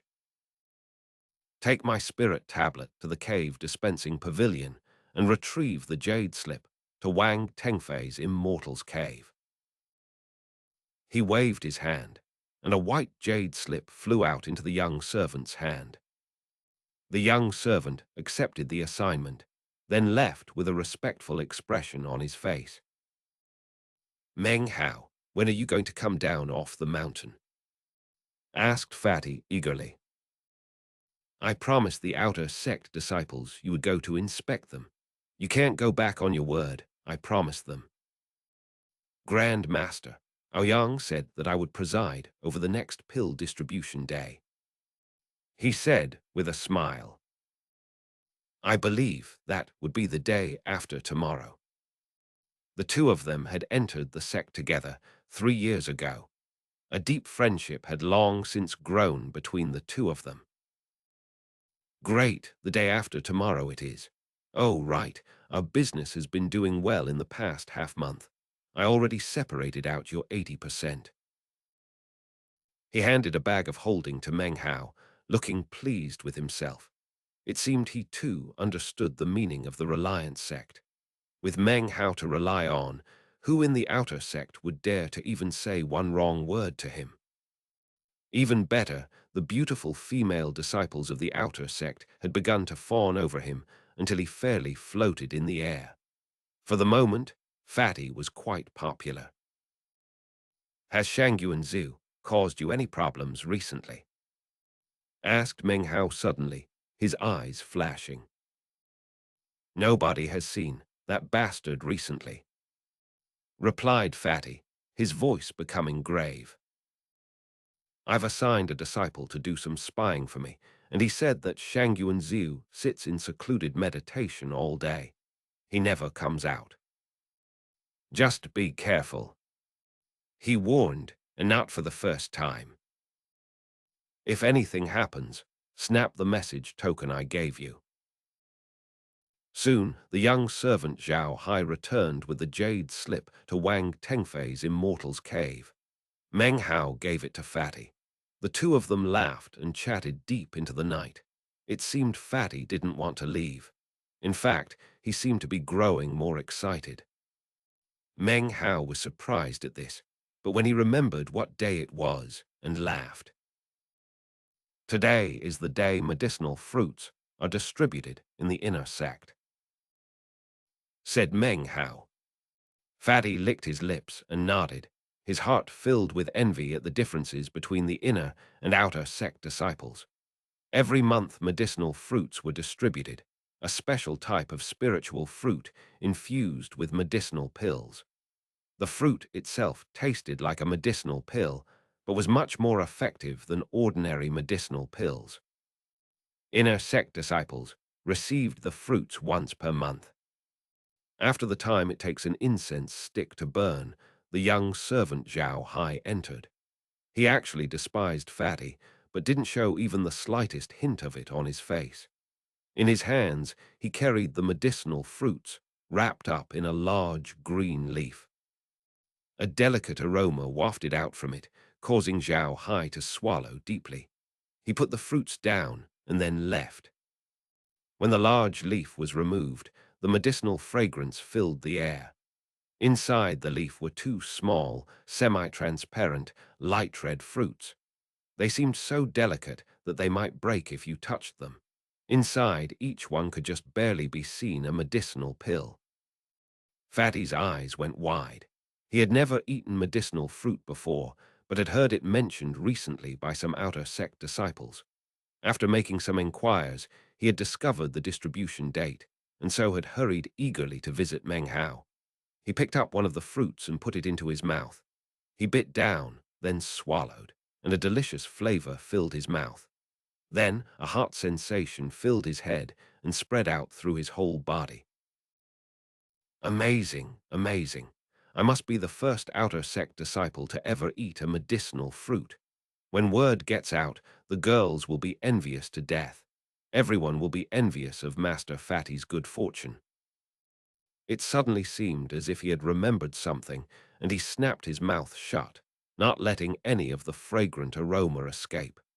Using his hands, he signaled to Meng Hao that he needed to leave, then ran off. I have proof, he thought. I have to find some of those female disciples and let them smell it. The more he thought about it, the more excited he got, and he raced down the mountain even faster. Fatty's clever plan was obvious, causing Meng Hao to laugh. He slowly placed the remaining medicinal fruit into his mouth. It tasted delicious, filled with dense medicinal flavor. This is something else that inner sect disciples. As he ate the medicinal fruit, he sighed. This life was not something that outer sect disciples could enjoy. If he wanted to, he could simply make a gesture, and any of the beautiful female disciples would instantly become devoted to him. Soon, 2 days had passed, and pill distribution day arrived. Meng Hao walked out of his immortal's cave, followed closely by the young servant Zhao Hai. In his hand, he carried a purple bag of holding, which was filled with spirit stones and medicinal pills to be distributed. A mountain breeze welcomed the dawn as Meng Hao descended the mountain. Along the way, the outer sect disciples he ran into would look at him in surprise, then stop and give him a deep salute with clasped hands. Greetings, elder brother Meng. Elder brother Meng is as elegant as ever. I haven't seen you in many days. Junior sister has missed you. Greetings, elder brother Meng. Your latent talent is spectacular, your cultivation base astonishing. You will definitely be a pillar of the sect. Amidst all the flattery, Meng Hao walked along until he reached the square, which was already filled with a good number of disciples. Catching sight of him, they saluted, and then the air filled with their flattering words. He nodded, smiling, then leaped up, carrying Zhao Hai with him onto the platform. This was not his first time here, but it was his first time to distribute medicinal pills. His gaze swept across the crowd. Every single person's face was filled with reverent devotion. Gradually, Meng Hao's face grew distracted, and he thought back to his first pill distribution day, and then to the time Wang Tengfei had humiliated him. Many memories flitted through his mind. Finally, he heaved a deep sigh and said, "Sound the bells." Chapter 37. Water and Ink in the Evening. The bells rang out, reverberating both in Meng Hao's heart and throughout the Reliance sect. Soon, Meng Hao could see countless disciples hurrying forward. Before long, the square was packed. As the disciples entered, they looked at Meng Hao in shock, then saluted. Fatty stood in the crowd, looking pleased, filing away at his teeth with his flying sword. He was surrounded by a group of fawning disciples. So elder brother Meng is distributing the medicinal pill today. I remember back when he was an outer sect disciple like us, but now he's a member of the inner sect. Elder brother Meng is scholarly and refined. I heard that he used to be a scholar of high rank, but he cared more about cultivation, so he quit and joined the Reliance sect. Now that you mention it, I remember the first time I saw elder brother Meng those years ago. I could tell that he wasn't ordinary.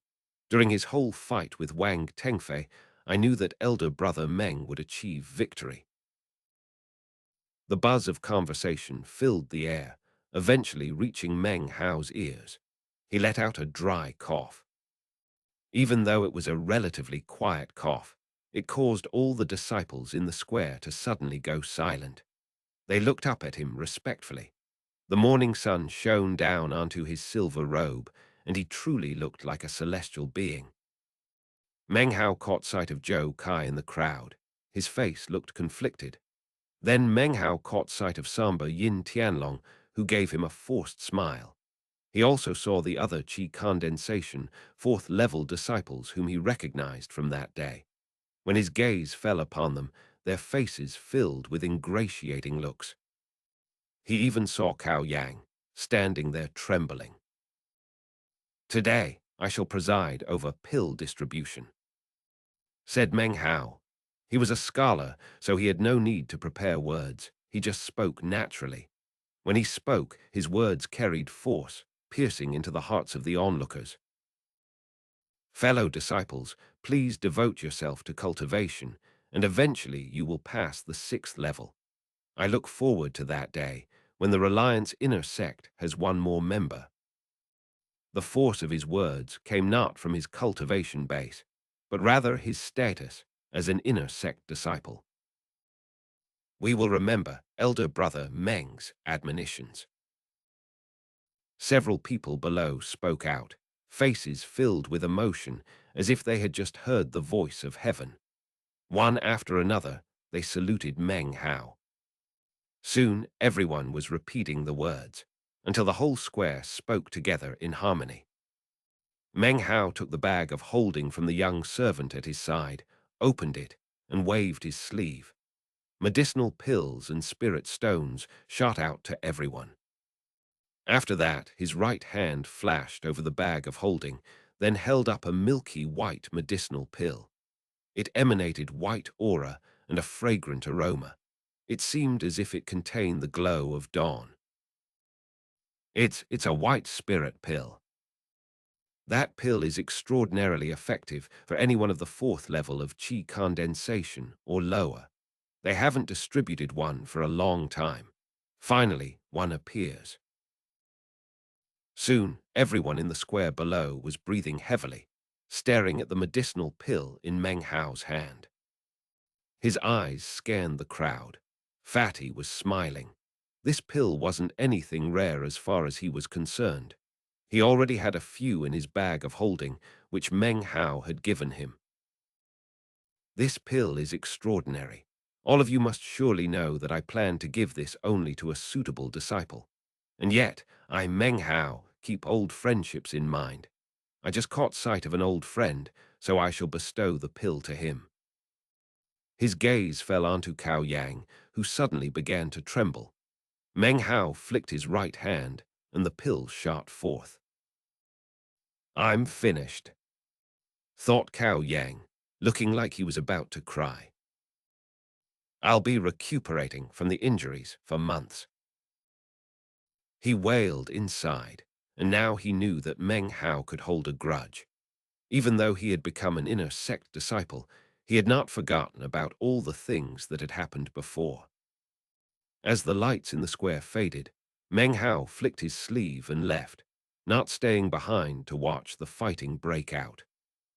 Fatty ran over to follow him, his face flushed. He glared at the young servant Zhao Hai, motioning for him to step back a distance. It seemed he was worried the boy might replace him. He walked next to Meng Hao. "Elder brother Meng," he said with anticipation. "Why don't we take a stroll around the outer sect?" Thinking back to how he had done the same thing with elder sister Su so many years ago, Meng Hao nodded his head with a smile. The two of them walked forward, with Zhao Hai following in the rear, looking irritated. Not long after leaving the square, they saw Zhou Kai hurrying to catch up with them. "Greetings, elder brother Meng." he said, his expression somewhat perturbed. He had offended Meng Hao more than once, and had assumed that upon joining the inner sect, he would show more restraint. But upon seeing Cao Yang's fate, he was nervous, and so rushed over. Meng Hao looked him over, but didn't say anything. Fatty took a step forward and said loudly, "What do you want?" A few days ago, Joe, came across a treasured item. As soon as I saw it, I could tell that it was destined for elder brother Meng. Please accept my gift. Biting his tongue, he pulled out a bag of holding from within his robe and presented it to Meng Hao. Fatty gave a cold harumph and grabbed it, then handed it to Meng Hao with a wide smile. Meng Hao accepted it and glanced over its contents. Then he nodded to Zhou Kai, turned, and walked off, his expression as cool as the clouds in the sky. Zhou Kai watched on helplessly, sighing in his heart. "I'm not worthy to be an inner sect disciple. Perhaps these items will leave you dissatisfied." As Meng Hao walked away, Yin Tianlong, off in the distance, let out a sigh. With a smile on his face, he hurried forward. He too said that he had found some items which were destined to be Meng Hao's. He also offered up a bag of holding, inside of which were 50 spirit stones. Meng Hao accepted it with a slight frown. "We're both fellow disciples," he said. "The grievances of the past are not worth keeping track of. There's no need to act like this." Upon hearing this, Yin Tianlong's heart thumped, and he understood Meng Hao's true meaning. Inwardly cursing Zhou Kai for giving more, he clenched his jaw and produced another bag of holding, whereupon Meng Hao nodded. As he walked, Meng Hao met more people who had offended him in the past, and they all acted similarly. Soon, he had 10 new bags of holding. "What do you think?" said Fatty, looking pleased. "I handled things pretty well, didn't I? I found all of them earlier and gave them a bit of coaching. I told them that one must offer up a bit of blood now to avoid trouble in the future." Meng Hao laughed and shook his head. He had sensed something odd about the goings-on and had guessed that Fatty must have been up to something over the past half-month. "What about that 5th-level disciple who tried to kill you that day?" asked Meng Hao. "Oh, him. I used the jade slip you gave me to make him go see the minister of the outer sect, who arranged for him to go out into the wild mountains to catch some demonic beasts. He can't return until he gets 100. As far as Fatty was concerned, anyone who offended him would have to pay the price. Just don't do something publicly that could box you into a corner," said Meng Hao, his eyes flashing and his voice low. "I understand," said Fatty in a similarly low voice. "It's taken care of. Zhou Kai and Yin Tianlong will get rid of him for good." They looked at each other, then laughed. They never brought up the matter again. After making a circle around the outer sect, and having been greeted by many disciples, they finally reached the pill cultivation workshop. Meng Hao paused for a moment to look at it. Then a smile broke out on his face, and he entered. When the middle-aged man who ran the workshop saw Meng Hao, he stood up. "Greetings, elder brother Meng." Meng Hao smiled and nodded his head, glancing around at all the medicinal pills. "Don't worry, elder brother Meng," said the middle-aged man. "Junior brother Li Fugui is taking care of the pill workshop. Business is good. I definitely won't give any other disciples a chance to buy medicinal pills." He thumped his palm onto his chest. Fatty beamed with joy. Previously, he had given the middle-aged cultivator a bag of holding when no one was looking. Soon, the man had grown accustomed to this. Although the medicinal pills here belonged to the sect and weren't personal property, the man wasn't opposed to making a bit of profit of his own. Thanks to Fatty's anticipation and stubbornness, It wasn't until midday that Meng Hao was able to satisfy him. They walked around the entire outer sect until everyone had seen them together. Finally, after much begging and pleading, they went to the treasure pavilion.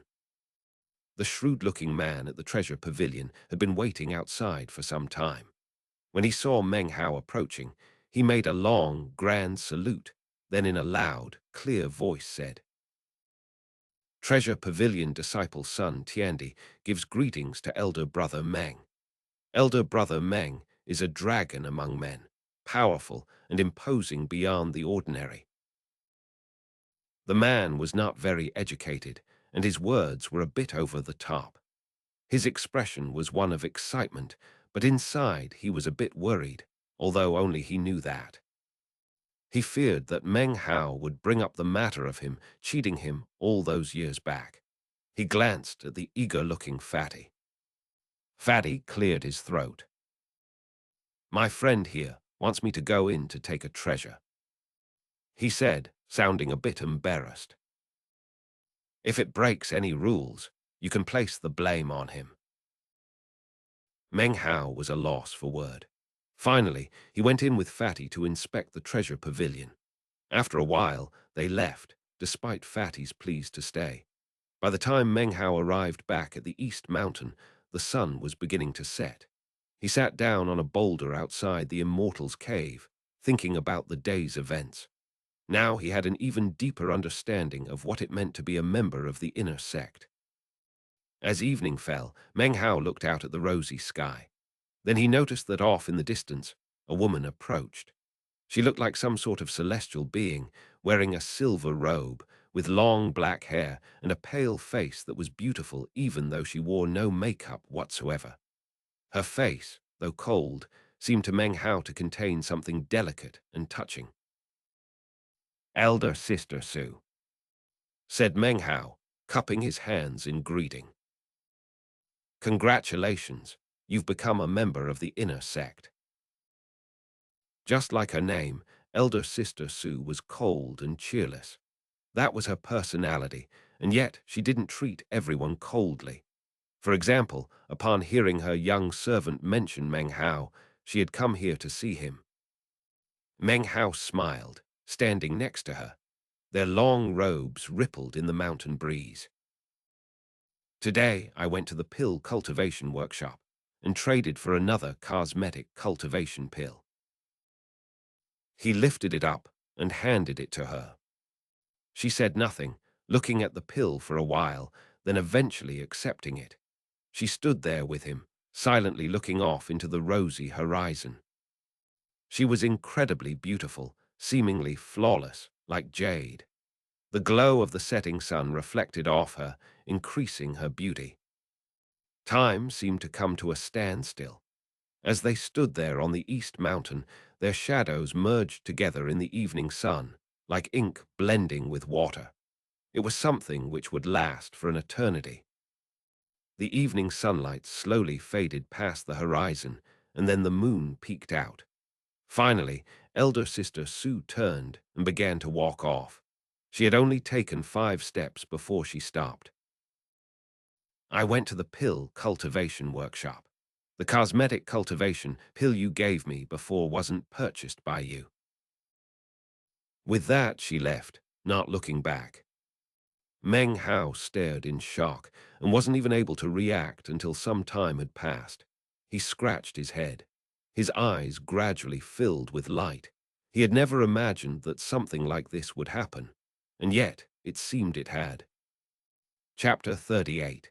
Qi Condensation Manual of the Sublime Spirit Scripture. 2 months passed in the twinkling of an eye. Meng Hao had already been a member of the inner sect for an entire season. He did not continue to visit the outer sect often. Like a fish in water, Fatty had grown accustomed to surviving on his own and was quite at ease. Most of Meng Hao's time was spent in the magic pavilion. One day he sat there cross-legged, a calm expression on his face as he read a bamboo text. He raised his right hand and began to make incantation gestures, causing a magical light to circulate around it and cast flickering shadows onto his face. A water globe appeared, but then unexpectedly transformed into mist and dissipated into the surroundings. Meng Hao frowned, putting down the bamboo text. He reached into his robe and pulled out a glowing jade slip. It was pure white and blurry inside, as if it were filled with mist. A closer inspection revealed that the surface was actually translucent, like crystal. Chen Fan, Su Qing, Meng Hao, come to the main temple hall on the East Mountain. The words were spoken by a dignified voice, which transmitted out from within the jade slip. It was easily identifiable as belonging to sect leader He Luohua. Meng Hao straightened up the bamboo texts, stood and strode silently out of the main door of the magic pavilion, making his way toward the top of the East Mountain. At almost the same time as he walked out, two figures shot toward the peak. One had a warm, gentle face filled with righteousness, Chen Fan. The other was beautiful but cold, elder sister Su Qing. Su Qing cast a glance at Meng Hao. This was the first time they had seen each other since that evening the previous month. The three sped toward the peak of the East Mountain, eventually arriving at the main temple hall. It had an ancient feel, the rich ornamentation giving the feeling that it had seen many ages pass. This was a very important place to the Reliance sect, a place that throughout the generations, only inner sect disciples could visit. Within the main temple hall were 9 statues. The foremost one was of an old man, his expression not one of anger, yet still filled with might. His dark eyes seemed to shine with life. His left hand was lifted up in front of him, his chin raised as if he were staring down his nose at all creation. He seemed to emanate a sort of indescribable, domineering air. Behind him, 8 statues were arranged neatly, all of them possessing the demeanor of transcendent beings. Meng Hao had visited this place during his first 7 days in the inner sect. He had kowtowed before these statues and knew well that the calm, powerful old man was none other than Patriarch Reliance. The other statues were the other patriarchs of the Reliance sect. Sect leader He Luohua stood beneath the statues, his back toward Meng Hao and the others as they entered. He stared at the statues as if he were in a trance. It was impossible to tell what he was thinking. Next to him was Grand Elder Aoyang. He nodded to the 3 of them, a solemn expression on his face. "Pay homage to the patriarch," he said, his voice profound. Meng Hao, Su Qing, and Chen Fan bowed deeply to Patriarch Reliance, their faces somber. "I joined the sect when Patriarch Reliance had been missing for 100 years," said He Luohua.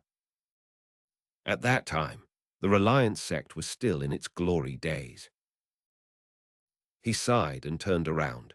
Meng Hao, Chen Fan, and even Su Qing gazed at him with shining eyes.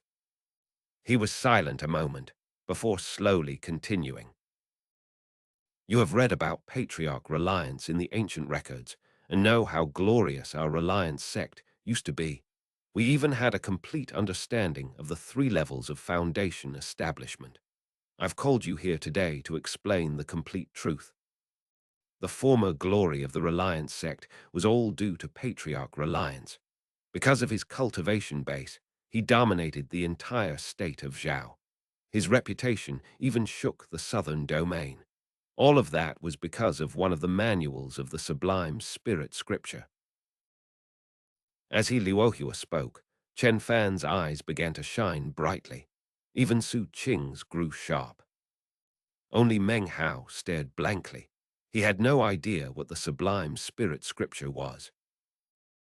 "The Qi Condensation Manual," said Chen Fan lightly. He was a senior disciple of the inner sect and knew many secrets. Other things he had worked out through speculation. "The sublime spirit scripture is one of the 3 great classic scriptures in the lands of South Heaven," continued He Luohua softly. "It was passed down through the generations since ancient times. Originally, it was comprised of 7 manuals, but most have been lost. One of them was the Qi Condensation Manual, which describes how to establish a flawless foundation. The Foundation Establishment Manual describes the method to form a purple core, not a crimson or mixed core. The Core Formation Manual can enable one to develop a 4-colored nascent form. In other words, each manual enables one to reach the strongest stage. That year, Patriarch Reliance obtained the Qi Condensation Manual. The reason the heir to the Wang clan joined the Reliance sect was because of the Sublime Spirit Scriptures Qi Condensation Manual. Meng Hao's eyes glittered, and his heart began to race. He had heard elder brother Chen speak of the different levels of foundation establishment. Now that he knew how powerful this magic was that Patriarch Reliance had obtained, he understood why Wang Tengfei had joined the Reliance sect. If I could obtain it. The strong desire in his heart suddenly began to burn even hotter. Sadly, even I have never laid eyes on this Qi Condensation Manual, let alone others. Said he, Liuohua. The scripture was not handed down. It exists only in the memory of the patriarch. Meng Hao remained silent, and Chen Fan's face flashed with realization. Su Qing raised her head to look at the statue of Patriarch Reliance. Silence reigned in the main temple hall. 400 years have passed, and everyone in the outside world assumes that the patriarch died during his meditation. Only myself and a few others know that the patriarch is absolutely not dead. As his words drifted out into Meng Hao's ears, they seemed to transform into a thunderous roar. 400 years ago, the patriarch's cultivation base had reached the late nascent soul stage, and yet he was reaching the end of his life. In order to break through to the fabled spirit severing stage, one must be at least 1,000 years old. If not, how can he defy the heavens to sever his spirit? The patriarch chose to meditate in seclusion in order to sever his spirit body and be reborn. It was a meditation of 400 years. When he went into meditation 400 years ago, the patriarch left a command. Every 100 years, he would send out some pieces of vorpal jade, formed from his own blood. Then, the outstanding members of the current generation of inner sect disciples could use the vorpal jade to enter his meditation zone. By kindling the qi and blood inside the vorpal jade, they could have a chance, if lucky, to gain enlightenment of the knowledge he permeated throughout the area. Knowledge of the sublime spirit scripture. He Luohua's words echoed out. Meng Hao lifted his head up, as did the others. Success is success. Failure is failure. If things had stayed the same, surely a disciple would have succeeded already. But 200 years ago, the patriarch experienced an accident in his cultivation. He almost lost his life. Afterwards, the chances of enlightenment in his meditation zone grew weak and the restrictive spells stronger. He didn't send any more vorpal jades out until 5 years ago. When he did, he sent out 3 pieces. 3 pieces of vorpal jade indicate that 3 individuals may enter. It also reveals how powerful the restrictive spells are in the patriarch's meditation zone, and means that there are only 3 areas where enlightenment may occur. He Luohua's voice reverberated throughout the main hall. He flicked his right sleeve, and 3 blood-red streaks shot toward Meng Hao and the others to stop floating in front of them. They were jade-smooth blood crystals, also known as vorpal jade. You 3 are the only disciples of the inner sect, and therefore I bestow these vorpal jades to you. Whether or not you gain the enlightenment of the sublime spirit scripture will depend on your luck. With that, he flicked his sleeve again, and the statue of Patriarch Reliance began to hum. Its eyes shone with boundless radiance, and a vortex began to form in front of him. Enter, said he Luohua, his voice sounding out like thunder. I wish you luck in enlightenment. Meng Hao and the others seemed to transform into auroras as they gripped their pieces of vorpal jade and shot into the vortex, disappearing inside. Outside, the vortex remained, but without a vorpal jade, no one, not even a cultivator at the nascent soul stage, could enter it. Looking up at the vortex, Grand Elder Aoyang quietly said, "Who knows which of them will acquire the sublime spirit scripture, or perhaps they will all come up empty-handed. It depends on personal fortune. There's no use in thinking too much about it." He Luohua sat down cross-legged next to him and began to meditate. When Meng Hao entered the vortex, a blinding light appeared in front of his eyes which forced him to close them. A rumbling roar sounded in his ears, and then he heard strange shrieks and screams coming from all directions. After what seemed like years, he felt his body suddenly tremble, and then the sounds ceased. The shrieking turned into silence. He opened his eyes to find himself standing on top of a sacrificial altar that was several meters tall. He looked around. The place was enormous. Up above was black earth, dotted with small crystals that shone like stars, casting a dim light on the surroundings. Nothing was very clear, as if everything were covered with gauze. Various buildings rose up out of the fog. How desolate! It seems like no one has been here for hundreds of years. It was Chen Fan's voice, drifting from some distance away. Eventually, he appeared, walking through the fog. In the direction from which he came could be seen another altar, several meters tall. The soil up above has restrictive spells cast on it. These are the sect catacombs. Su Qing appeared from another direction. Dressed in her silver robe, she appeared matchlessly beautiful. "I entered the sect earlier than both of you," said Chen Fan. "Once I performed guard duty at the main temple hall, so I know a few secrets that you two don't. These are definitely the Reliance sect catacombs. Directly above is the outer sect." Meng Hao walked off the altar to stand next to Chen Fan and Su Qing. Looking around at the hazy images of buildings around them, he could see plenty of withered plants and flowers. Everything was deathly still. "This fog is a restrictive spell," said Meng Hao with a frown.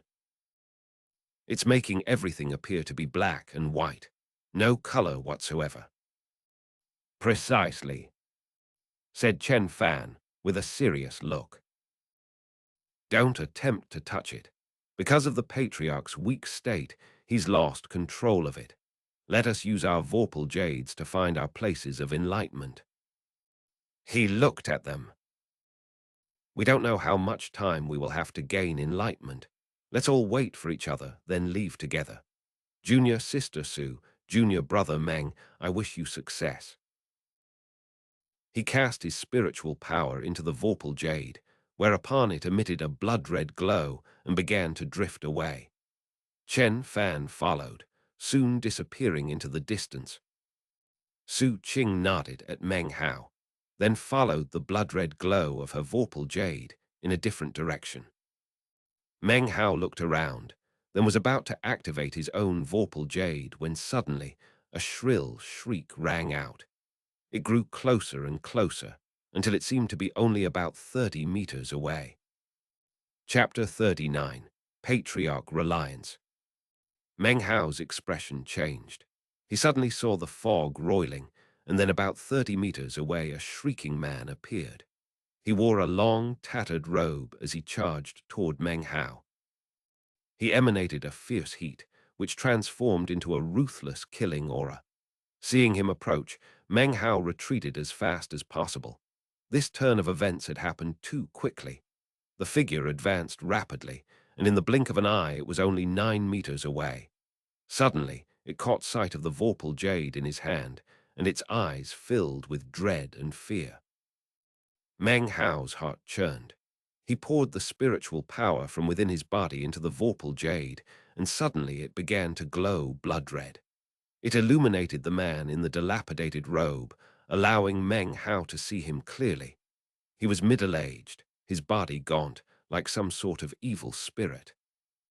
Blood-curdling screams shot out of his mouth as he retreated. Moving with incredible speed, he disappeared into the fog. Sweat broke out on Meng Hao's forehead, and he took a deep breath. The feeling the middle-aged man gave him was the same feeling he got from Grand Elder Aoyang, boundless and majestic. Don't tell me he was a cultivator of the Foundation establishment stage. Meng Hao hesitated, remaining on guard. He followed the direction of the blood-red light, moving forward carefully. After about half an hour, he stopped in shock. Several figures had appeared, and each of them seemed to have a cultivation base equal to Grand Elder Ouyang's. Some even seemed to be as powerful as sect leader He Luohua. Could they be automatons? Upon closer inspection, the figures didn't actually seem to be alive. They floated around him in circles, none of them approaching him, seemingly terrified of his vorpal jade. Time passed enough for an incense stick to burn, and they slowly disappeared. Meng Hao continued forward numbly, his breathing agitated, a blank look in his eyes. This. He murmured. Ahead of him was a mountain, approximately 300 meters tall. An ordinary mountain would not cause Meng Hao to act in such a way. This mountain was made of spirit stones. Countless spirit stones piled together to form a spirit stone mountain. Meng Hao had never seen so many spirit stones in his entire life. His head spun, and he unconsciously wanted to go take them, but after taking a single step forward, he stopped. The spirit stone mountain was gray in color and seemed to be covered with a fine mist. It was a restrictive spell which prevented anything from touching it. He struggled for some time, not quite willing to give up. When he reached a position about 60 meters from the spirit stone mountain, he suddenly felt a fierce sense of imminent danger. Looking at the mountain with a sigh, he stopped in place. He knew that if he got too close, his body and soul would be reduced to ashes. At a loss for a long moment, he turned his head and reluctantly left the spirit stone mountain behind. More time passed as he followed the blood-red glow, enough for an incense stick to burn, and soon the hazy image of a building appeared in the fog ahead of him. It had a courtyard, filled with withered plants and weeds. A stone sat in the middle of the courtyard, about half the size of a person. It was the only thing in sight that was neither black nor white, nor was there any fog visible near it. The vorpal jade floated toward the large stone, then stopped above it. The blood-red glow began to fade. Meng Hao walked forward and inspected the area around the stone. This must be one of the areas for enlightenment. He sat down cross-legged onto the stone and looked at the vorpal jade floating in front of him. His eyes began to gleam. Throughout all these years, many people have come here, and none have successfully achieved enlightenment. When the blood-red glow of the vorpal jade fades, it means the time to attempt enlightenment has arrived. Meng Hao frowned.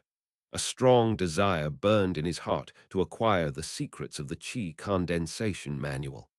Originally, Wang Tengfei should have been given this opportunity, but Meng Hao knew that his latent talent was simply ordinary, and he had little chance of success. He didn't allow the vorpal jade to fade, but instead looked up at it, a strange light shining in his eyes. After a bit of time passed, he clenched his jaw, then grabbed it stubbornly. This time, I don't care what happens. I will achieve the enlightenment of the sublime spirit scripture. Determination filled his voice as he slapped his bag of holding and produced the copper mirror. Grabbing a handful of spirit stones, he prepared to begin the duplication process. Meng Hao had been a member of the inner sect for a month. Inner sect disciples received significantly more spirit stones than outer sect disciples. Combine that with his profits from the shop, as well as the outer sect disciples who were trying to ingratiate themselves to him. It ensured that his bag of holding contained many spirit stones. But suddenly his expression changed as he found that the spirit stones distributed by the sect were incapable of duplicating the Vorpal jade. It wasn't that the copper mirror had lost its efficacy, but rather that there simply weren't enough spirit stones. Even mid-grade spirit stones were useless. He stared at the Vorpal jade for a while before suddenly pulling out 7 or 8 of the extraordinarily large spirit stones he had left. He hesitated for some time, then ground his teeth. Eyes growing red, he put one of the spirit stones down onto the mirror, and before he could even put down another piece, the copper mirror began to glow with a blinding light, and instantly 15 pieces of Vorpal jade appeared. Meng Hao stared, dumbfounded. Originally, he had assumed he would need multiple spirit stones to make it work, but then he ended up with 15 of the blood crystals. These were blood crystals, congealed from Patriarch Reliance's own blood. Seeing 15 of them appear left Meng Hao stupefied. What kind of spirit stones are these? He sat in a daze, thinking back to how he had used 2,000 of them that time, and his heart ached. These large spirit stones were definitely some type of extraordinary object. For now, the most important thing to Meng Hao was the sublime spirit scripture. He clenched his jaw and set aside the matter of the 2,000 spirit stones. Extending a blood crystal, he caused it to fade. As it did so, the blood-red glow settled around Meng Hao, and an indistinct voice could be heard. He slipped into a dreamlike trance, unaware of the passing of time. At this same moment, Su Qing and Chen Fan, in their respective enlightenment areas, were also surrounded by the blood-red glow. Their latent talent was beyond ordinary, so their chances of achieving enlightenment were somewhat greater. In Patriarch Reliance's meditation zone, everything was based on latent talent. So-called luck is the same. After an indeterminable period of time passed, the red glow around Meng Hao faded, and he began to regain his senses. He seemed to be somewhat at a loss. After some time passed, he had completely recovered, and yet his mind was blank. Not even a scrap of information from the sublime spirit scripture was there. He sighed, having anticipated this all along. He took out another blood crystal and continued to seek enlightenment. Time passed, and even after having used up 14 blood crystals, he still had not succeeded. His heart ached, and he wasn't sure if he should continue. Gnashing his teeth, he pulled out another large spirit stone and duplicated more of the Vorpal jade blood crystals. Once again, he activated the blood-red glow, which then covered his body as he began to seek enlightenment. By this time, the blood-red glow surrounding Su Qing and Chen Fan had faded. However, they did not rise, instead choosing to remain seated in meditation, not sure when enlightenment might occur. As for Meng Hao, he seemed to have gone mad, continuously activating blood crystals, trying again and again to achieve enlightenment. Anyone who saw this scene would surely go crazy with jealousy. After activating the 27th blood crystal, Meng Hao suddenly heard what sounded like a voice murmuring next to his ear in the dreamlike trance world. He could clearly hear 2 words. Sublime Spirit. When Meng Hao opened his eyes, they were filled with determination. Without hesitation, he pulled out the 28th Vorpal jade blood crystal and once again sought enlightenment. By this time, Su Qing and Chen Fan had returned to the altar to wait for Meng Hao. They were a bit surprised when they didn't see Meng Hao, but they weren't sure which direction he had headed in, so they couldn't easily search for him. They decided to sit in front of the altar and wait for him. By the 3rd day, they were beginning to grow impatient and also a bit worried. Of course, they did not even consider that he might have achieved enlightenment, but rather worried that some sort of accident had befallen him. Did something happen to junior brother Meng? Said Chen Fan worriedly. Su Qing didn't respond, but she looked worried. After a bit of discussion, they decided to begin looking for him. Unfortunately, because of the frequent appearance of the automatons, their search went quite slowly. Meanwhile, Meng Hao sat, hair disheveled, eyes bloodshot, murmuring to himself. His words made no sense. They seemed to simply express his desire for the sublime spirit scripture. He pulled out the 43rd blood crystal, and the thick red glow again surrounded him. In fact, the area he was in never lacked the red glow. Meng Hao had gone all out in his search for enlightenment. If he ran low on blood crystals, he simply duplicated more. As of now, he could clearly hear the voice in his ear, but just couldn't commit it to memory. He could only continue on in another attempt. There was something that nobody, not Chen Fan or Su Qing, nor frenzied Meng Hao, had noticed. After the blood crystal ceased to glow, it would transform into a barely discernible blood-red light, which would then enter into the ground and pass into a secret chamber below the catacombs. There, a withered body sat cross-legged, seemingly lifeless. The room was filled with the feeling of death. Every time one of the blood-red lights entered the room, the body would assimilate it and begin to change slightly. By the time the third light entered the body, there seemed to be some shred of life in it. The light of life was dim, though, and the body was unable to do anything except sit there. This was Patriarch Reliance. The Vorpal jade blood crystals were congealed from his own blood and contained his aura. After being activated, they would return to him, continuing his life. Without them, he would be thoroughly dead. Originally, he had planned to postpone his death in this fashion until the very last spark of his ruthless and ambitious life was extinguished, whereupon he would pass into death. He was already in a state of despair. He spent most of his time in deep sleep, awaking only occasionally and briefly, whereupon he would sink back into slumber. He had no energy to waste on superfluous matters. As for the Vorpal jade, this was an arrangement he had prepared many years ago. Were it not for them, he would have passed into death hundreds of years ago. These are the last 3 pieces of Vorpal jade. Now that they had returned, he had regained consciousness. He sighed and went back to sleep, knowing that he would probably never wake up again. And yet suddenly, a 4th blood-red light entered the secret chamber and fused with his body. He woke again, shocked. I am already out of Vorpal jade. Could I have remembered incorrectly? Even as he talked to himself, a 5th blood-red light appeared, making its way into his body.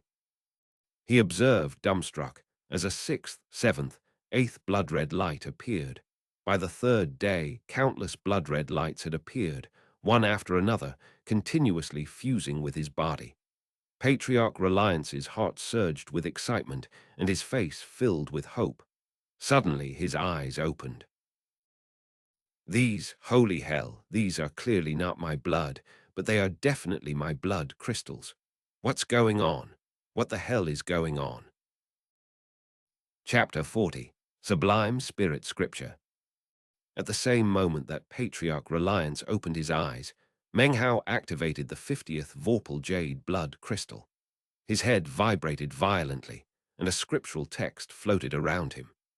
Each and every character of the scripture emitted a bright golden light which pierced through his body. It completely overpowered the blood-red glow, leaving behind a glowing golden aura. As the golden aura spread out, Meng Hao began to change. His core lake churned violently as it began to take on a golden hue. As the lake water became gold, a thunderous roar sounded out, transforming his entire body. His body filled with loud cracking sounds. His bones grew longer, his blood and flesh grew stronger. In an instant, he grew more powerful, both inside and outside. His chi vessels seemed to be as transparent as crystal, completely integrated into his physical body. His hair grew longer as he transitioned into a new state, according to the mnemonics of the sublime spirit scripture. More time passed, approximately 6 hours, and then another boom sounded out inside Meng Hao. When he opened his eyes, they shined with a golden light. Time passed, and the golden glow faded. He looked excited. Within his mind, he could clearly see a mnemonic branded indelibly onto his spirit. He understood every single line. This was the sublime spirit scripture. This was something that could cause blood to spray like rain in the outside world. This was the chi condensation manual that countless sects would fight like mad for. And here it was, inside Meng Hao's head. After the 6 hours of transformation, Meng Hao was still at the 6th level of chi condensation. But as for his new cultivation method, it could be counted as one of the 3 best in all the lands of South Heaven. This good luck was something that even the disciples of the great clans and sects would have a hard time achieving. Using the cultivation method of this chi condensation manual, if Meng Hao was able to reach the foundation establishment phase, then he would definitely be able to establish a flawless foundation. In addition, his spiritual power would be much deeper than that of his contemporaries. Perhaps it would not be the most powerful, but as time passed, the power would slowly accumulate, and by the time he reached the foundation establishment stage, like a butterfly emerging from a cocoon, he would have a flawless foundation rarely seen in the world. As of right now, if he ran into Wang Tengfei, he would not be put into the precarious position he had been that day. In fact, he could now simultaneously control 10 flying swords without losing any of their dexterity. His power had doubled. Filled with excitement, Meng Hao clenched his fists, his heart filling with intense longing. After a while, he took a deep breath, descended from the stone slab, and walked off. At the moment, Patriarch Reliance was going wild with even more excitement than Meng Hao. Upon opening his eyes, he could see Meng Hao, as well as Chen Fan and Su Qing. He waited eagerly for Meng Hao to produce another blood crystal, then watched in a daze as Meng Hao suddenly achieved enlightenment. Damn it, I should never have placed the enlightenment field out there. No. If I didn't, how could I get the young pups to come here in the first place? But, why did he have to gain enlightenment with only 50 blood crystals? 100 would be better, 200, at least 300. If there were 500, I wouldn't need to continue meditating here. Patriarch Reliance was filled with depression. This was his greatest hope, and he was watching it disappear before his eyes. Without blood crystals to replenish himself, he could only continue on wasting away. And yet, he knew there was nothing he could do. I didn't do myself any favors that year. I closed myself up in here with no way out, and it's very difficult to transmit my voice out. As far as magic goes, I'm currently too weak to do much of anything. What to do? What to do? I have to think of something. His face grew anxious as he watched Meng Hao meet Su Qing and Chen Fan out in the catacombs above the secret chamber. They proceeded toward the altar, clearly preparing to leave. If I caused all of the members of the cultivation world of the state of Zhao to come here, I could use the power of their cultivation bases to break me out of this meditation zone. If I can break out, then I can absorb their life force, then have a chance at my second severing. Patriarch Reliance gnashed his teeth, squeezing as much as he could out of his weak cultivation base, then slapping his right hand down onto the ground. It began to rumble. At that same moment, Meng Hao was trying to come up with an excuse for why he had gone missing for those few days, and why his body looked different. Chen Fan smiled and nodded, and Su Qing, seeing that Meng Hao wasn't harmed, didn't say anything. The 3 of them stepped up onto the altar, getting ready to depart. Suddenly a roaring sound filled the air, and the entire catacombs began to shake. Their expressions changed as a giant crack split the earth in front of them, and a massive stone stele slowly lifted up. After enough time passed for an incense stick to burn, and it had finally completely emerged. It was approximately 30 meters tall, inscribed with golden characters. It was a scripture, none other than the Qi condensation manual of the sublime spirit scripture. The three of them stared in shock, especially Meng Hao. After all the trouble he had gone through to acquire the Qi condensation manual, here it was in front of him. He looked at it in a daze, but after examining it further, a strange expression appeared on his face. The first two lines of the scripture inscribed on the steel were accurate, but the rest was a complete fabrication. It appeared to be filled abstruse mysteries, but since Meng Hao knew the details of the true scripture, he could tell instantly that this one was false. He hesitated for a moment, but didn't say anything. Chen Fan's eyes glittered. He walked forward to stand beneath the steel, as did Su Qing. They looked at it for some time, then exchanged shocked glance. "We should take this with us," said Su Qing slowly, "and let the sect leader decide what to do with it." Meng Hao blinked, then nodded as if he completely agreed. When Patriarch Reliance saw this, he laughed, more than pleased. Take it, quickly. Take it out and let as many people know as possible. Ha ha ha, I'm so smart. I was worried people might break in here during my meditation, so I prepared that false steel. Of course, fearing it might be identified as false, I prepared a little trick.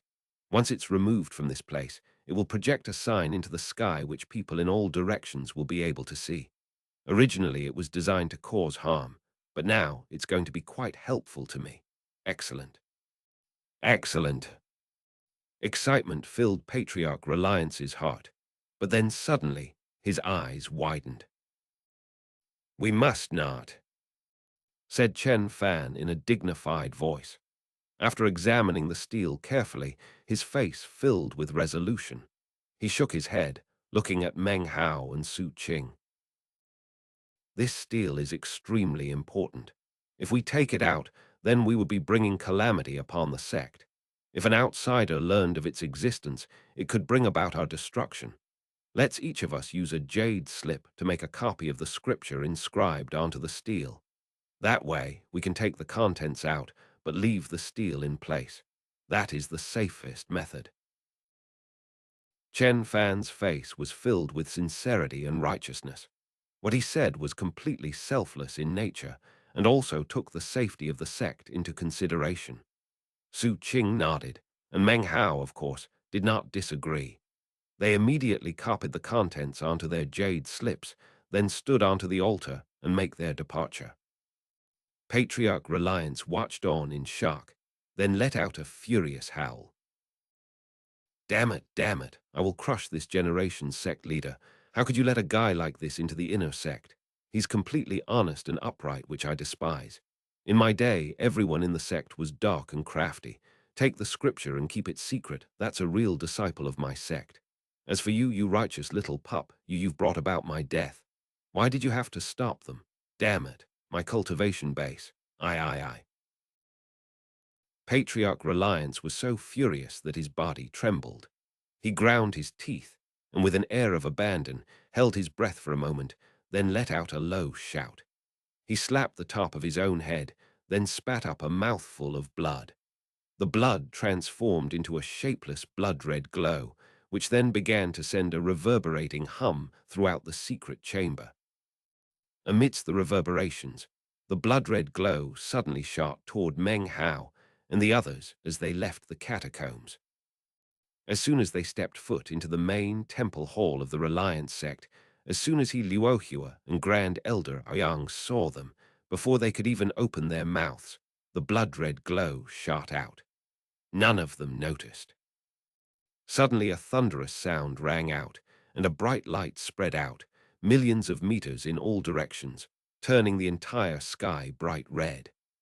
Then, in the middle of it all, amidst a multitude of colors, appeared a strange sign. There were a multitude of characters.